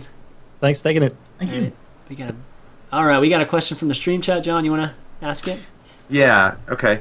And you just answer how you feel fit. Ban Borsti. BANBORSTI. I can't. Whatever it is, but. He says, over the last few years, I've seen a lot of dailies and a lot of videos that Sean made, like My Life of StarCraft, Emotions as Kitten, and Ninja Stars, and all sorts of things. Even though we never met in person, I feel like I know you or I know a lot about you. When you look back, are you regretting some things you said about yourself or people that are close to you? Basically, he's asking, do you regret kind of exposing some of those more personal side of things? That's a good question. No, not at all. No, I mean, I certainly believe it's important to keep a certain amount of anonymity with people. Like, let's say I had a fight with someone that was resolved in a way that was meaningful to me. There's no reason to tell that person's name, But I mean, really, no, not. Not at all. I mean, there's certainly been some slip-ups where I've accidentally like said someone's name or something like that, and I like call the person. I'm like, I accidentally said your name on air, and I'm like, sorry. and if you get any weird emails, that's why. And and the person's like, well, no, I haven't received anything. And like months later, it's like I got one email from a guy who was like, LOL, Day 9 mentioned you, and it's never really as bad as it you can seems. mention my name anytime you want, Sean. Christopher Chanathan. Just kidding. All right, let's take another call here. I think Crash wants to call in. John. Oh yeah, he's trying to call in. Milad. Yes, and everyone's hello. talking about Felicity. Crash, what's up? Hey, how's it going, guys? What's up, man? You got a question for Not us? too much. Yeah. So actually, I've spoken to you and John about this quite a bit, and he's actually the director of ESL. So more directed towards Sean, Tyler, and Eric. But I'm sure y'all hear this question all the time. How do you get into esports? How does this all work out? And the most common thing I think people say is volunteer, get your face out there, get your name out there, kind of, work your way into it. Now, my situation is a little bit different, and I'm sure other people have this too, that I already finished school. I actually went to UT, so I'm sure that's... yeah, I know, right? All right. There are some horns here. But, so I do mergers and acquisitions for an oil company. And that by no means relates into esports. I mean, I don't know exactly where Mergers. No. Yeah, exactly. And it's like, well, I don't see any huge amounts of money going into esports right now that I can switch over and it's all easy. And also, the amount that you get paid. For example, if you get paid $100,000 or something along those lines annually, where or when do you think you'll be able to see maybe a job like that or opportunities like that arising in esports? And I think along those lines, where can people who are, hard workers in school and people who really did studying or whatever, they were successful at their job, but now want to transition into this market that suddenly appeared, where can they find out, is there an outlet for my profession or my specialty? That is a really interesting question. Exactly. I mean, one of the biggest things is that I'll talk over everyone. That's one of the most important things. A lot of it is just make your own job in a lot of ways. And Tyler, I'll totally look past to you. That was the best segue ever. But no, in general, no, I think what Sean said is right. I mean, you have to make your own place. I mean, a lot of people say volunteer, talk to a group, try to get involved. But I think at the end of the day, the people who are successful are the ones who want to make something happen, so they have a vision, and then they put the steps in place to make that vision a reality. And it doesn't really matter what that vision is, or if you've had a traditional background in it. I think what you'll see with a lot of people in esports is that they're trained in one thing or they have an education in one thing. I mean, I know Eric was talking about earlier his engineering background. I have an engineering background. Sean has a math background. But at the end of the day, what we all did was we said, I'm passionate about esports and I want to make something happen. So I would say try to create your own thing. I mean, volunteering is great. It gets you the network. It gets you kind of the general feel for the scene and the layout of where you'll fit in. But I mean, even with Chris and John with this show, right? I mean, if you want to get involved, come up with an idea and just go for it. And if you approach it with that approach, just like you would any startup, right? I mean, you wanna start a company. Well, how do you do that, right? You come up with an idea and you just go for it. And I think that's fundamentally what it's all about. It's having that idea and then not giving up. I mean, all the time that everyone's putting in right now is, I mean, some people are making money, but right now we're investing in the industry, right? We're investing in esports as an industry. And as we continue to work, esports gets bigger and bigger and bigger. And we're seeing that right now. So to address the other part of your question, I think it's hard to put your finger on when X number of people can come in and get a six-figure salary. But I don't really think that's the important part. I think the important part right now is that the people who are really big in the community are the ones who had that vision, who have that drive and just want to make something happen. And they're the ones who are going to be trying to drive the industry forwards. And as we become bigger and bigger as esports, as a community, then naturally, I mean, we'll transition. There will be more opportunities. But aside from that, just make your own opportunity. And I think that's kind of the fundamental part of it. Yeah, I mean, a lot of the folks that you see right now that are successful, like Sean here and some of the other bigger known folks, they've put their time in already. Like a lot of people don't realize that these people have been in esports for years, 5 years, 10 years, whatever year, like a lot of time already, and they've kind of gone through this, and so where they are now has been years of work to get there. Yeah, but in a sense that opens the door for people to come along without having to go through all those hoops, those ups and downs. Sure, there's going and to be just some degree, make something happen, because a lot of us that have put the time in have kind of gone through some of that, and so now it's not because Tyler just got in at the right time. It's that Tyler made it his time. And he was able to pick up on some of the work that other people did, and he just said, I'm going to do it. And he did it. Tyler and his brother are everywhere right now, man. So, Yeah. I mean, you guys might not see it, but they're behind the scenes on a lot of events. So Yeah, and I almost feel like with a lot of the opportunities, like what you're talking about, John, like it's like if you were trying to survive off eating popcorn. And if you throw in one kernel at a time and try to make it pop, then you'll starve to death doing that process. But if you just throw a whole bunch of kernels in the pan, then maybe a lot more of them are likely to pop, but you don't know which ones. Because, I mean, sure, you see the After Hours Gaming League, and you see the Daily, and you see the work we did with Red Bull. What you don't see is the huge amount of work that we've put into a whole bunch of stuff that totally took the Hindenburg route, right? Just like crashed and burned like bad. And I think there's no reason to latch on too strongly to one idea or the other. I mean, I'm trying to think if there's a notable thing that we tried to do that just like went awful. Eric, maybe you can think of one that's... I kind of want to get Eric's take too on this. I'm trying to think, of some of those failures. Put those memories out of our minds. Yeah, it sounds like you tried to. Block these That's out. right. Let's take Positive. yeah. Well, either way, like, and you say... Quit pretending, Sean. Everything you do is like, it's good. Well, No. I mean, it's part of me is pausing because, there's other parties involved here, and a lot of times, for instance, things will just not work out. Mm-hmm. They just won't. Like, let's say, I'm just going to make something up. Let's say, you wanted to do a series of local tournaments in Los Angeles high schools to try to have a champion of LA StarCraft tournament. And I'm like, wow, that sounds really great. And you get some of the high schools on board, and you're like, Sean, do you have availability to cast on these dates? And I look at my schedule, and I'm like, I can do these 6, but not this 7th one. But I think we can kind of work around that. So we get it all set up and good to go, and then all of a sudden the school system, has seemed good, suddenly someone from high up just is unwilling to do the whole thing, and it all gets shut down. And they're like, well, crap, maybe we can try this again in a bit. And I'm like, yeah, sure. And then that just sort of fades away because they don't have the time to reorganize it. But that was still a week or two's worth of work that's just down the tubes. And that's okay.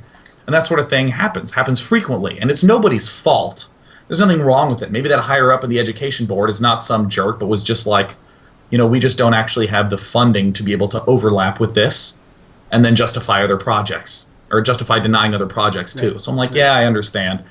And it just stinks, but that's okay. So, I mean, like if you're in mergers and acquisitions, maybe you want to try to form an agency where you represent players. Maybe you want to try to help negotiate trades between teams, help negotiate, or maybe you want to be like start like an ad agency where you go speak to sponsors and get them interested and excited about esports, and then try to pass it off to teams that might not have that experience. Because a team is a weird thing, because you're trying to manage a bunch of players and make sure that they're getting their practice and their environment and all that stuff. And then you're also trying to go pitch those players to advertisers and to pitch the whole scene to advertisers. So maybe you could just say, hey, I want to do that. Maybe you want to start up a tournament. Maybe you want to be a caster. Not all these are totally okay. None of these are wrong. And all of these you can fake, right? It's like Kurt Vonnegut, who said, you are who you pretend to be. So be careful who you pretend to be. I'm not an event planner, but I still just said, oh yeah, I plan events, and then I plan some events, and boom, there you go. Now I can put that on my resume, and people will accept that it is true. I have listed that I am a comedian in places because I say funny things every now and again. I don't have any qualifications for that. I just kind of said that I was. And now 101 right there. So one day you'll play the Apollo, right? That's part of Of course. I mean, yeah, next time he's a DreamHack and I'm there. Totally. All right. Well, Crash, thanks for the question, buddy. Yeah, thanks, guys. Yeah, good question. yeah, we're gonna try to take a few more here. A lot Yeah, of you've people are got to dying to take call in. from one person that's been trying since the beginning. He's messaged me like crazy. Who? That's J9 Wilkerson. J9 That's- Wilkerson. That's Not the sure. name that it shows on my end, at least. Okay, Gus says he has a question for Eric and Tyler. So, Gus, you there? Yeah, well, hi. It's been. Let me hook on to the previous one, if I may. Sure. We've been organizing. I've been in the scene for 2 years now, I believe, somewhat after the release, and I've started doing some casting for myself. And Okay. then I got contacted by someone who wanted to organize a tournament for our country. We tried that and it failed. Just happens, you know. Then, like half a year later, I got contacted again by another guy who wanted to do basically the same, but, well, hey, why not try it, you know? So we did that, and, well, we thought the whole country, Netherlands, would be a bit too big for a first tournament, so we just started small with only a university. And that worked out pretty well, and we one day after the sign-ups, we already got questions like, can you do this for the whole country? Well, can you do this for Belgium also? Well, why don't you do the whole Benelux? So now we're doing that, and it's actually going fine. So it's Very cool. just trying and Yeah. just doing. Yeah. And Mhm. just try, and sometimes it will succeed and sometimes it will not. And that's just basically a thing I just noticed. But No, I think you're totally right. the definitely. question I had, we now know the favorite daily of Daneheim himself. But I'm curious, how about Eric and Tyler? I mean, My favorite they- daily? That's a good question. Or- I'm going to sound cliche. I think Daily 100 is very important to the community. It's very important to Sean, obviously. Yeah. And I thought it was a lot of inspiration for me in starting kind of how I got involved.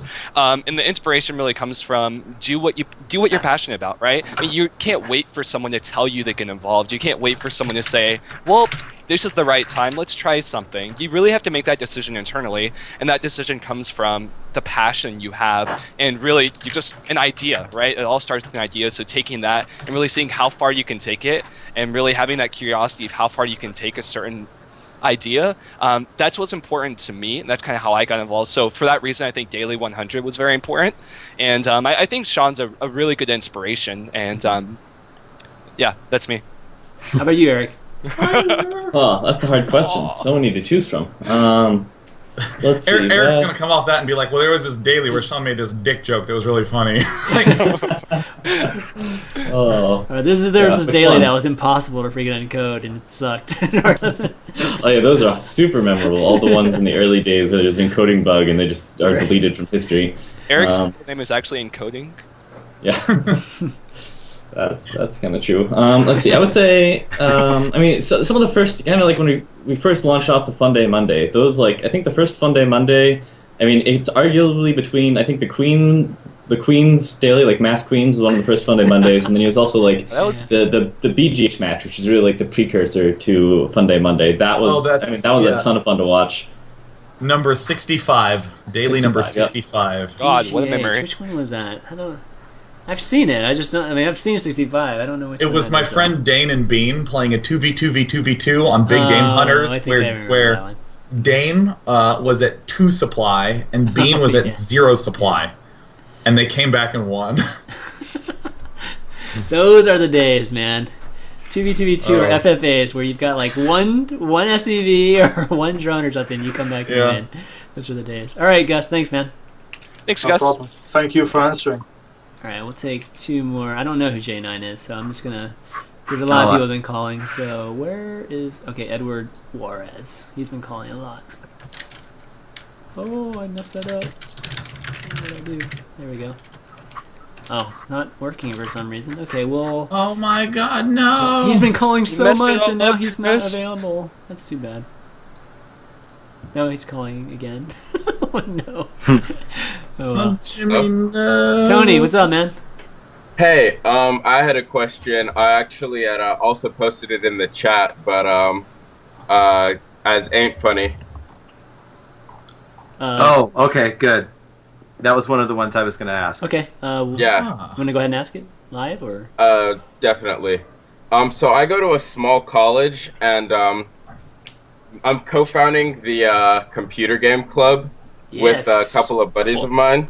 And we're trying to organize some tournaments and things, but to get tournaments going, you need players to play in those tournaments. And so I kind of wanted to ask Tyler, when you were organizing TesPa and things, how did you, find players and get them involved in, your organization and in tournaments and stuff? Yeah. Are you talking pro players or just like community members? Either or. Okay. I mean, pro players, I feel like would get a lot more people involved, and I mean, just community players would get more people involved. Sorry about the background noise. I live in a dorm. No worries. No, so I'll answer that question kind of in a couple of different parts. First, I'll kind of preface it by saying I feel that professional players are really necessary to drawing attention to the college scene, and that is on the college campus yourself, you'll have a lot of publicity. I mean, how we started was we just had a lot of organic interest, right? We threw together an impromptu meeting, and surprisingly, we had like 25 people come out, and we thought we'd have 4 or 5. So from there, we saw, okay, well, there's a community here. And when our focus became, I guess our focus kind of shifted on how do we build this community, how do we grow? And once it got big enough, we said, okay, well, this community wants to compete. They want tournaments. So that's what we did. In terms of the professional players, I think that it all comes down to iteration, right? We started small. Our first LAN that we hosted was 64 players. It was in a classroom. It had like a $700 prize pool that was made solely by entrance fees. So no pros, no casters, nothing whatsoever. The players were being like shown in the projector or even sitting in the same room. So what I'm trying to say is you start small, right? That was our first LAN. And every time you host an event, and I think Sean kind of alluded to this earlier, you always iterate afterwards. You go back and you say, what can we do to not only do what we did again, but improve on it and make it better? And if you approach it with that kind of mindset, I think you'll naturally progress toward getting the level where you want to get those pros or those casters involved. And as far as like actually reaching out to casters, I would say networking is extremely key. It's hard to do when you aren't like a part of the scene, I guess, to begin with. Yeah. But the way you counter that is by going to events. Go to events and meet someone. And then from each person you meet, have them introduce you to 2 other people. I mean, networking is a very fundamental aspect, but once you get started, you'll start making contacts, you'll start making acquaintances, and all it takes is one bite, right? The first pro player that we had, we brought In Control down to cast our 3rd tournament, and that was the first time we had ever flown anyone in, and to us it was a huge deal, it was amazing. But we got that simply through networking, right? We met him at an event, we started talking, and we really believed in what we were doing. We were able to present what we did logically, professionally, and then go to him with a full-out plan, definitely with all the details. So I feel like if you do it in a professional way that shows you know what you're doing and it's going to be great no matter what, and then you make those contacts, it's really easy to kind of marry those 2 ideas and get people on board. And once you have your first, it just kind of grows from there, right? And that's just, that's limited purely by your vision. You want to host an event, you have some people, and then you iterate after that. You grow, and it kind of goes from there. So I would say start small, definitely look at what you've done, always try to improve. And then the other aspect of that is networking. Always meet people, always introduce yourself. And if you're genuinely excited about what you're doing, and you're doing it in a kind of a professional way, that shows you know what you're doing, you're going to be successful as long as you have the vision and the team behind you to make it successful. And I also want to talk more about how Tyler's a huge badass. Stories about what he and his brother did, like explicitly, about going to a sponsor and saying, hey, we're putting on this event, here's the numbers we anticipate, and here's what we expect. And the sponsors would say things like, well, this isn't a good fit for us right now for whatever reason. Maybe they didn't have the budget. Maybe the event actually wasn't a good fit, or maybe their product they felt like wasn't related enough to the demographic. Whatever reason, the sponsor was like, no thanks, but let us know how it goes.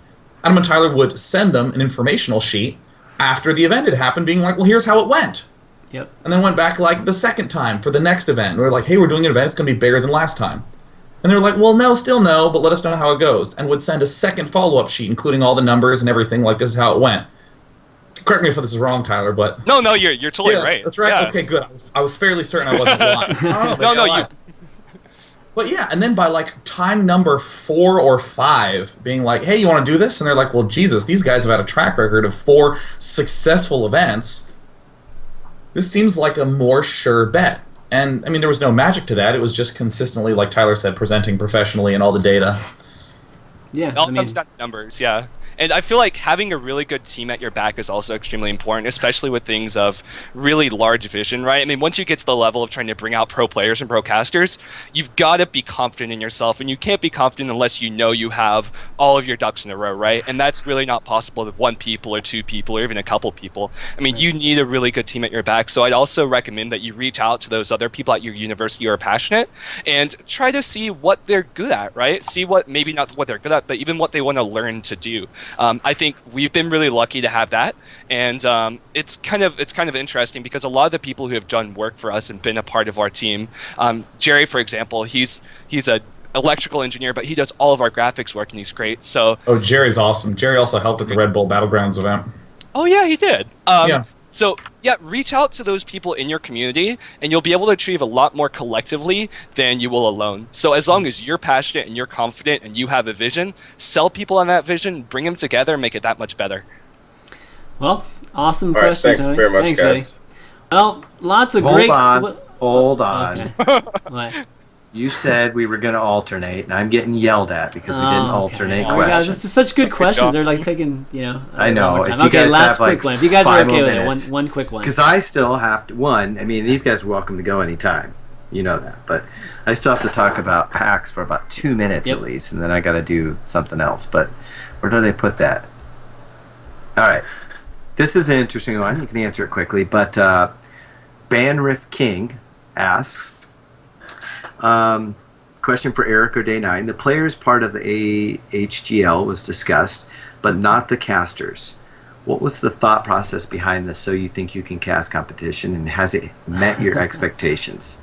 That's a great question. Yeah, this question is asked due to most of the YouTube comments demanding more Day 9, less other casters. Ah, right. Yeah, and I believe that's actually from one of the casters, so you should check out. He put together an amazing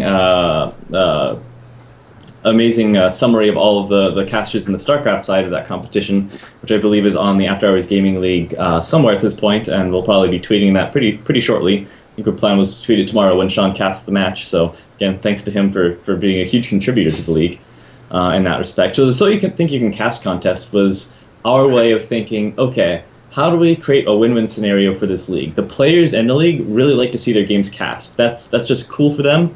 And it's cool for Sean to cast, but it's also cool just to have any caster cast them, right? And so we're like, how do we get a ton of casters involved in this? At the same time, it's a great opportunity for the community. We have all these casters that want to get into the scene and don't have a way to really break in. So we wanted to say, how can we get a huge number of new people involved and publicized, and to kind of both grow their brand and to also learn what it means to do this week after week and to improve their skill by just repeating it and that kind of thing. So it was really to try and create that opportunity in the community. We had the chance, and it really created a win-win for the StarCraft community and casters and for the After Hours Gaming League players. So the competition, by the way, is we're having something like eight casters on the League of Legends and 8 on the StarCraft side cast the matches, and then we're going to have kind of a voting elimination of, over the course of the season, how did everyone do? Who are your favorite casters? And then we'll present the champion who gets the famous Day 9 no prize, but really it's kind of it's the experience that's really the important part of that. Nice. And so we're pretty excited about that. Okay, great. Oh, by the way, just to plug it, anyone that wants to go to AfterHoursGaming.tv and go to the casters page to vote on your favorites and check them all out. They're all great people. Let's see this. Casters, okay. Yeah, or AHGL.tv for That's a little easier, to say. people who don't like typing in domain names.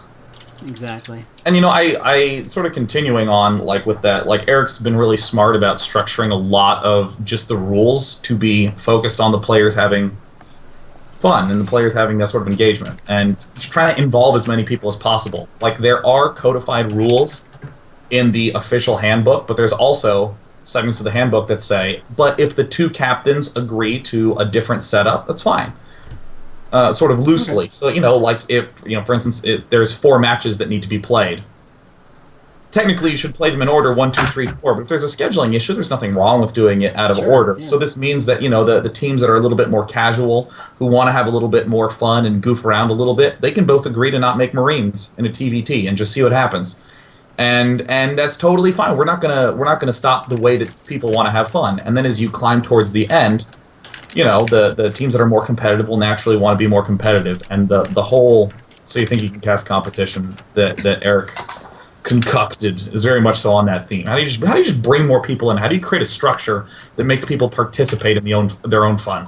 Mm-hmm. Well, okay. Well, why don't we conclude the Q&A and let John do his couple segments here, just really quick segments. I guess pertaining to PAX and his website, like just a website that he likes to point out. Yeah, or something. I mean, it's up to you. No, go for it. Go for it. Okay, real quick. So first of all, just tell you real quick, PAX was awesome. It was really cool. It's kind of like a cross between Comic-Con and an IEM event. So it's got some it definitely has some esports elements to it, but holy cow, there were a lot of card games. I mean, there was tables of people playing Magic and stuff. But PAX is really cool. It's definitely a mix of demographic of gamers and people that just love comics and awesome. So I'll do an early shout out. My shout outs to all of those that I had a chance to meet at PAX, including some really cool people that I'd never met before. There was just a lot of interesting indie games and things like that. And so that kind of leads into, I did get a good chance talking with, got to talk with Sir Scoots quite a bit. That was really good. Hung out with at the Twitch booth quite a bit. Talked with Amy at Twitch. So there's it's a great opportunity. It was good for me. I was one of the first events that I had gotten to go to that I didn't have to work. I mean, technically, I didn't have to work. I was just there to have, to enjoy it, and I got to reach out and talk to a lot of people, which in a sense was working, because obviously, for those that don't know, if you did tune into PAX, you saw the AHGL videos that were playing, commercials that were playing on Twitch. That's the startup company that I'm a part of, and we were getting ready to launch, so we were kind of had an initiative at PAX, so that was really cool. One interesting thing, I did attend 2 panels, one of which was the DJ Wheat panel on the history of esports. That was good. It was really good. The other one was an interesting one about violence in video games. And you'll have to check out the VOD if you can find it, but I did get up and actually went into a 10-minute conversation with the person who's like a doctor of psychology about his views. And it was interesting, but at the end of it, it was pretty cool. There was some clapping from the crowd, so that was good. But so definitely check that out if you have a chance. But this leads into kind of my segment each week, and we still don't have a name for it or anything. But your video's frozen, man. My what? Your video's frozen for some reason. It is? Oh, well, I'm showing on the screen. I'm way Very behind. stoic. So it could be me. As long as they can hear me, that's good. All right. I'm frozen. That's good. So I was able to just walk around and check some things out, and I checked out a website. It was funny because there was some conversation about this in the chat. Like where can I get my stuff seen and things. Like I have video or I have a blog, and it just things are so fragmented, right? Well, there's a company, and Amy White is her name. She's the CEO of a company called Game Skinny. So you want to check out Game Skinny. Okay, I'm bringing it up right now. And this is really cool. So we can all agree. Well, maybe we can't, but we can all agree that that Reddit can certainly be a cesspool of information. A lot of things that are really good just get lost, and a lot of things that are really shitty, excuse my French, they get put to the top. It can be a haven for trolls. Well, what Game Skinny is it's really meant to be an opportunity to share things that you write, not just not just a single sentence or a link, but meaningful stuff about tips, game guides, culture, sharing the videos, sharing your first impression of a game. And it's not just about posting. They have actual editors that will look things over. They'll even put a graphic up for you. They will look over some of your stuff, and they approve these things. You don't get it. It can automatically be put on there. It can be featured on the front page. It's actually really. It just looks like could be a really neat thing, especially for people that are really trying to make a name for themselves and don't really have a place to do that at. So gameskinny.com, definitely check it out. They had a cool T-shirt and they got a pretty cool logo, so I definitely was caught right away. Okay, cool. Yeah, I'm like on this right now. Everybody's taking a look at it. So gameskinny.com looks like it's in beta. So good deal. All right, so why don't we round out the show and want to do some shout outs and thank yous. Jimmy, there's like this huge riot for J9 or J9. I don't know who J9 is. I'm pretty sure I was not aware of this. All right, should we just take it? Do it. Yes, because there's do it. Bring him okay, in. let's do it. Okay, here we go. Bring him Actually, in. John and Sean's cameras are frozen right now. That's good. I like it. All right, Jay. Here, Let's you know hear it. what? What's up, buddy? Oh, we've been waiting forever to get on. Oh, here we go. Wait for it. I'm Day9's biggest fan. I call myself a J9. It's pretty original. I was just wondering if I could ask you, can I tickle your bollocks? Now do you remember who J9 is, John? Yes, now I do. Okay. Right. Next time I am wherever you are, which sounds far away because you're accented, just give me the time and place. England. All right, Jay. Thanks, buddy. Right, Cinnabon. That was worth it. Well, all right. That was perfect. We've been all talking about like being inspired and like making esports happen, and some guys like I knew would he like was, to... man. I was just like, but everybody, everybody wants to hear him. There's like a crazy stream movement here, stream chat movement. My series the is still people. frozen. Yeah, Wow. Sean and John's cams are frozen. So why don't we start our shout-outs? We'll start with you, Tyler, and then we'll make our way to the frozen thanks guys. Thanks to everybody. No, seriously, thanks Chris and John for inviting us on. It was a really cool opportunity, which I appreciate. Thanks to the whole Day 9 team, especially the ones who aren't here, who make everything possible. And thanks to my team at TesPa. Thank you guys for watching. If there's anyone I missed, thank you too, because you're probably awesome. Eric. Oh, I can't hear you, Eric. You're muted. I muted myself to type. Oops, my bad. Sorry, I do this all the time. No problem. All the time. Oh my God, man. Eric's every time I'm like, Eric, we may have lost $10 million. How are we gonna get it? And he's like, Eric? And he's like, oh, sorry, I'm muted. Yeah, 10 million's a lot of money and it's all gone. Huh, let's see. Oh, so true. So let's see. I guess I would just shout out to everyone that in the history of the After Hours Gaming League that's really made that happen. So many volunteers. I hesitate to start saying any names because everyone's so amazing. Thanks to you guys for bringing us on the show so I can help talk about the After Hours Gaming League, get that message out. So really excited about that. Awesome, yeah. Pleasure having you. Eric, do you have a Twitter? People were asking earlier. I do, and I almost never use it. I'm not a tweeter of much, but it's my name. It's Eric Burkhart. So at Eric Burkhart. But don't really use that much. You might be at 500 new people follow you. I will spam you with one tweet per year. So warning. It better be a good one. Per year. Happy New Year. That's pretty much it. All right, Sean.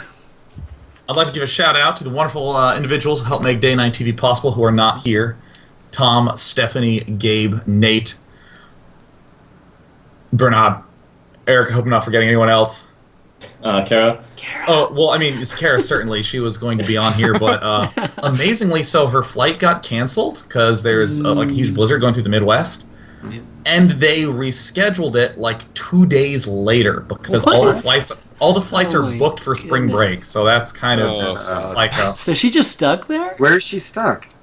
Well, she was just stuck on the West Coast for a little bit, but now she'll be able to head back. But I mean, it's kind of nuts. But either way, shout out to the entire Day 9 TV team, to all the wonderful mods, the Fun Day Monday admins, and all the kind helpers who just make it possible. Because I think the greatest part of like this whole moment is that everyone gets to see that it's not me. It's like, oh, everyone else, I'm just the guy who doesn't shut up. I professionally don't stop talking, so it would be absolutely impossible without their wonderful help and support, so thank you. And also thanks to everyone in the Day9 TV chat and comment section always, who are so nice, like over on day9.tv. Everyone who posts is like so positive and encouraging and helpful and engages in discussions and aren't assholes. They're all great, so thank you for being cheery. Because it puts me in a good mood, because sometimes I get strung out and I just like read the website and I feel good. We forgot the Esports Heroes, our volunteer group that we mentioned earlier. So those guys are awesome too. So thank you guys. Okay, John. Okay, I actually do have some shout-outs this week. Shout out to all of those at PAX that I did have an opportunity to meet. All of those that offered to help me get home yesterday, or if I was to get stuck in Houston. It was literally like 13 hours of traveling yesterday, which is a whole day wasted of actual work. A shout out to my crew at AHGL, and for many of you who don't know, but a new online gaming league. Not as cool as the After Hours Gaming League, because we don't have, IBN playing, but we do have you guys playing, hopefully. But IGL, playigl.com. And they've been working their tails off. Tonight is our first show match, and it's a Quake Live show match. And we're going to have like DeHang and Chance, some Quake Live pros, and some others play. And then we'll follow that up with about 8 different show matches, including StarCraft 2, League of Legends, so on. So we're going to be very busy, and our coders have been extremely busy. The website's still in beta, but we'll have leagues, tiered leagues, very close to the After Hours Gaming League. All sorts of cool stuff coming from those guys. I really just want to thank, because they've been working their tail off. Shout out to you, Chris, for getting Day9 on the show. I know it was like a milestone for you. No, really a shout out to you, Sean, because I know you don't do these things a lot, and I really appreciate it. Tyler, always good to see you, and Eric, very nice to meet you. Doing some awesome stuff with the After Hours Gaming League. So, and then again, shout out to all of our fans and our mods. Shout out to you, J9, for making this show well worth it towards the end. And I would be thrilled to tickle your bum or whatever it was. Bollocks. To tickle your bollocks. That's right. Which it was something exceedingly British. And I will of course like to thank you to Chris and John for the invitation, not just for me, but for like the whole crew, because I definitely think that the entire Day9 crew does not get nearly the credit they deserve. They're awesome. So thanks for the show. It was it. Definitely. Yeah, Sean, your camera's up. Oh, sorry, go ahead. Yeah, what? Hey, Sean, your camera's up, like now. a very stern face, so okay, it went along great with That's you. That's good. Here, look, I'll turn it off and you can get a bird with arms. Oh, but little you know, I have a picture in place for you. Oh, no, I can see it. You got to get the bird with arms up. Yeah. All right. Let me show the bird with arms real quick. All right, there we go. You see the bird with arms? That's pretty cool.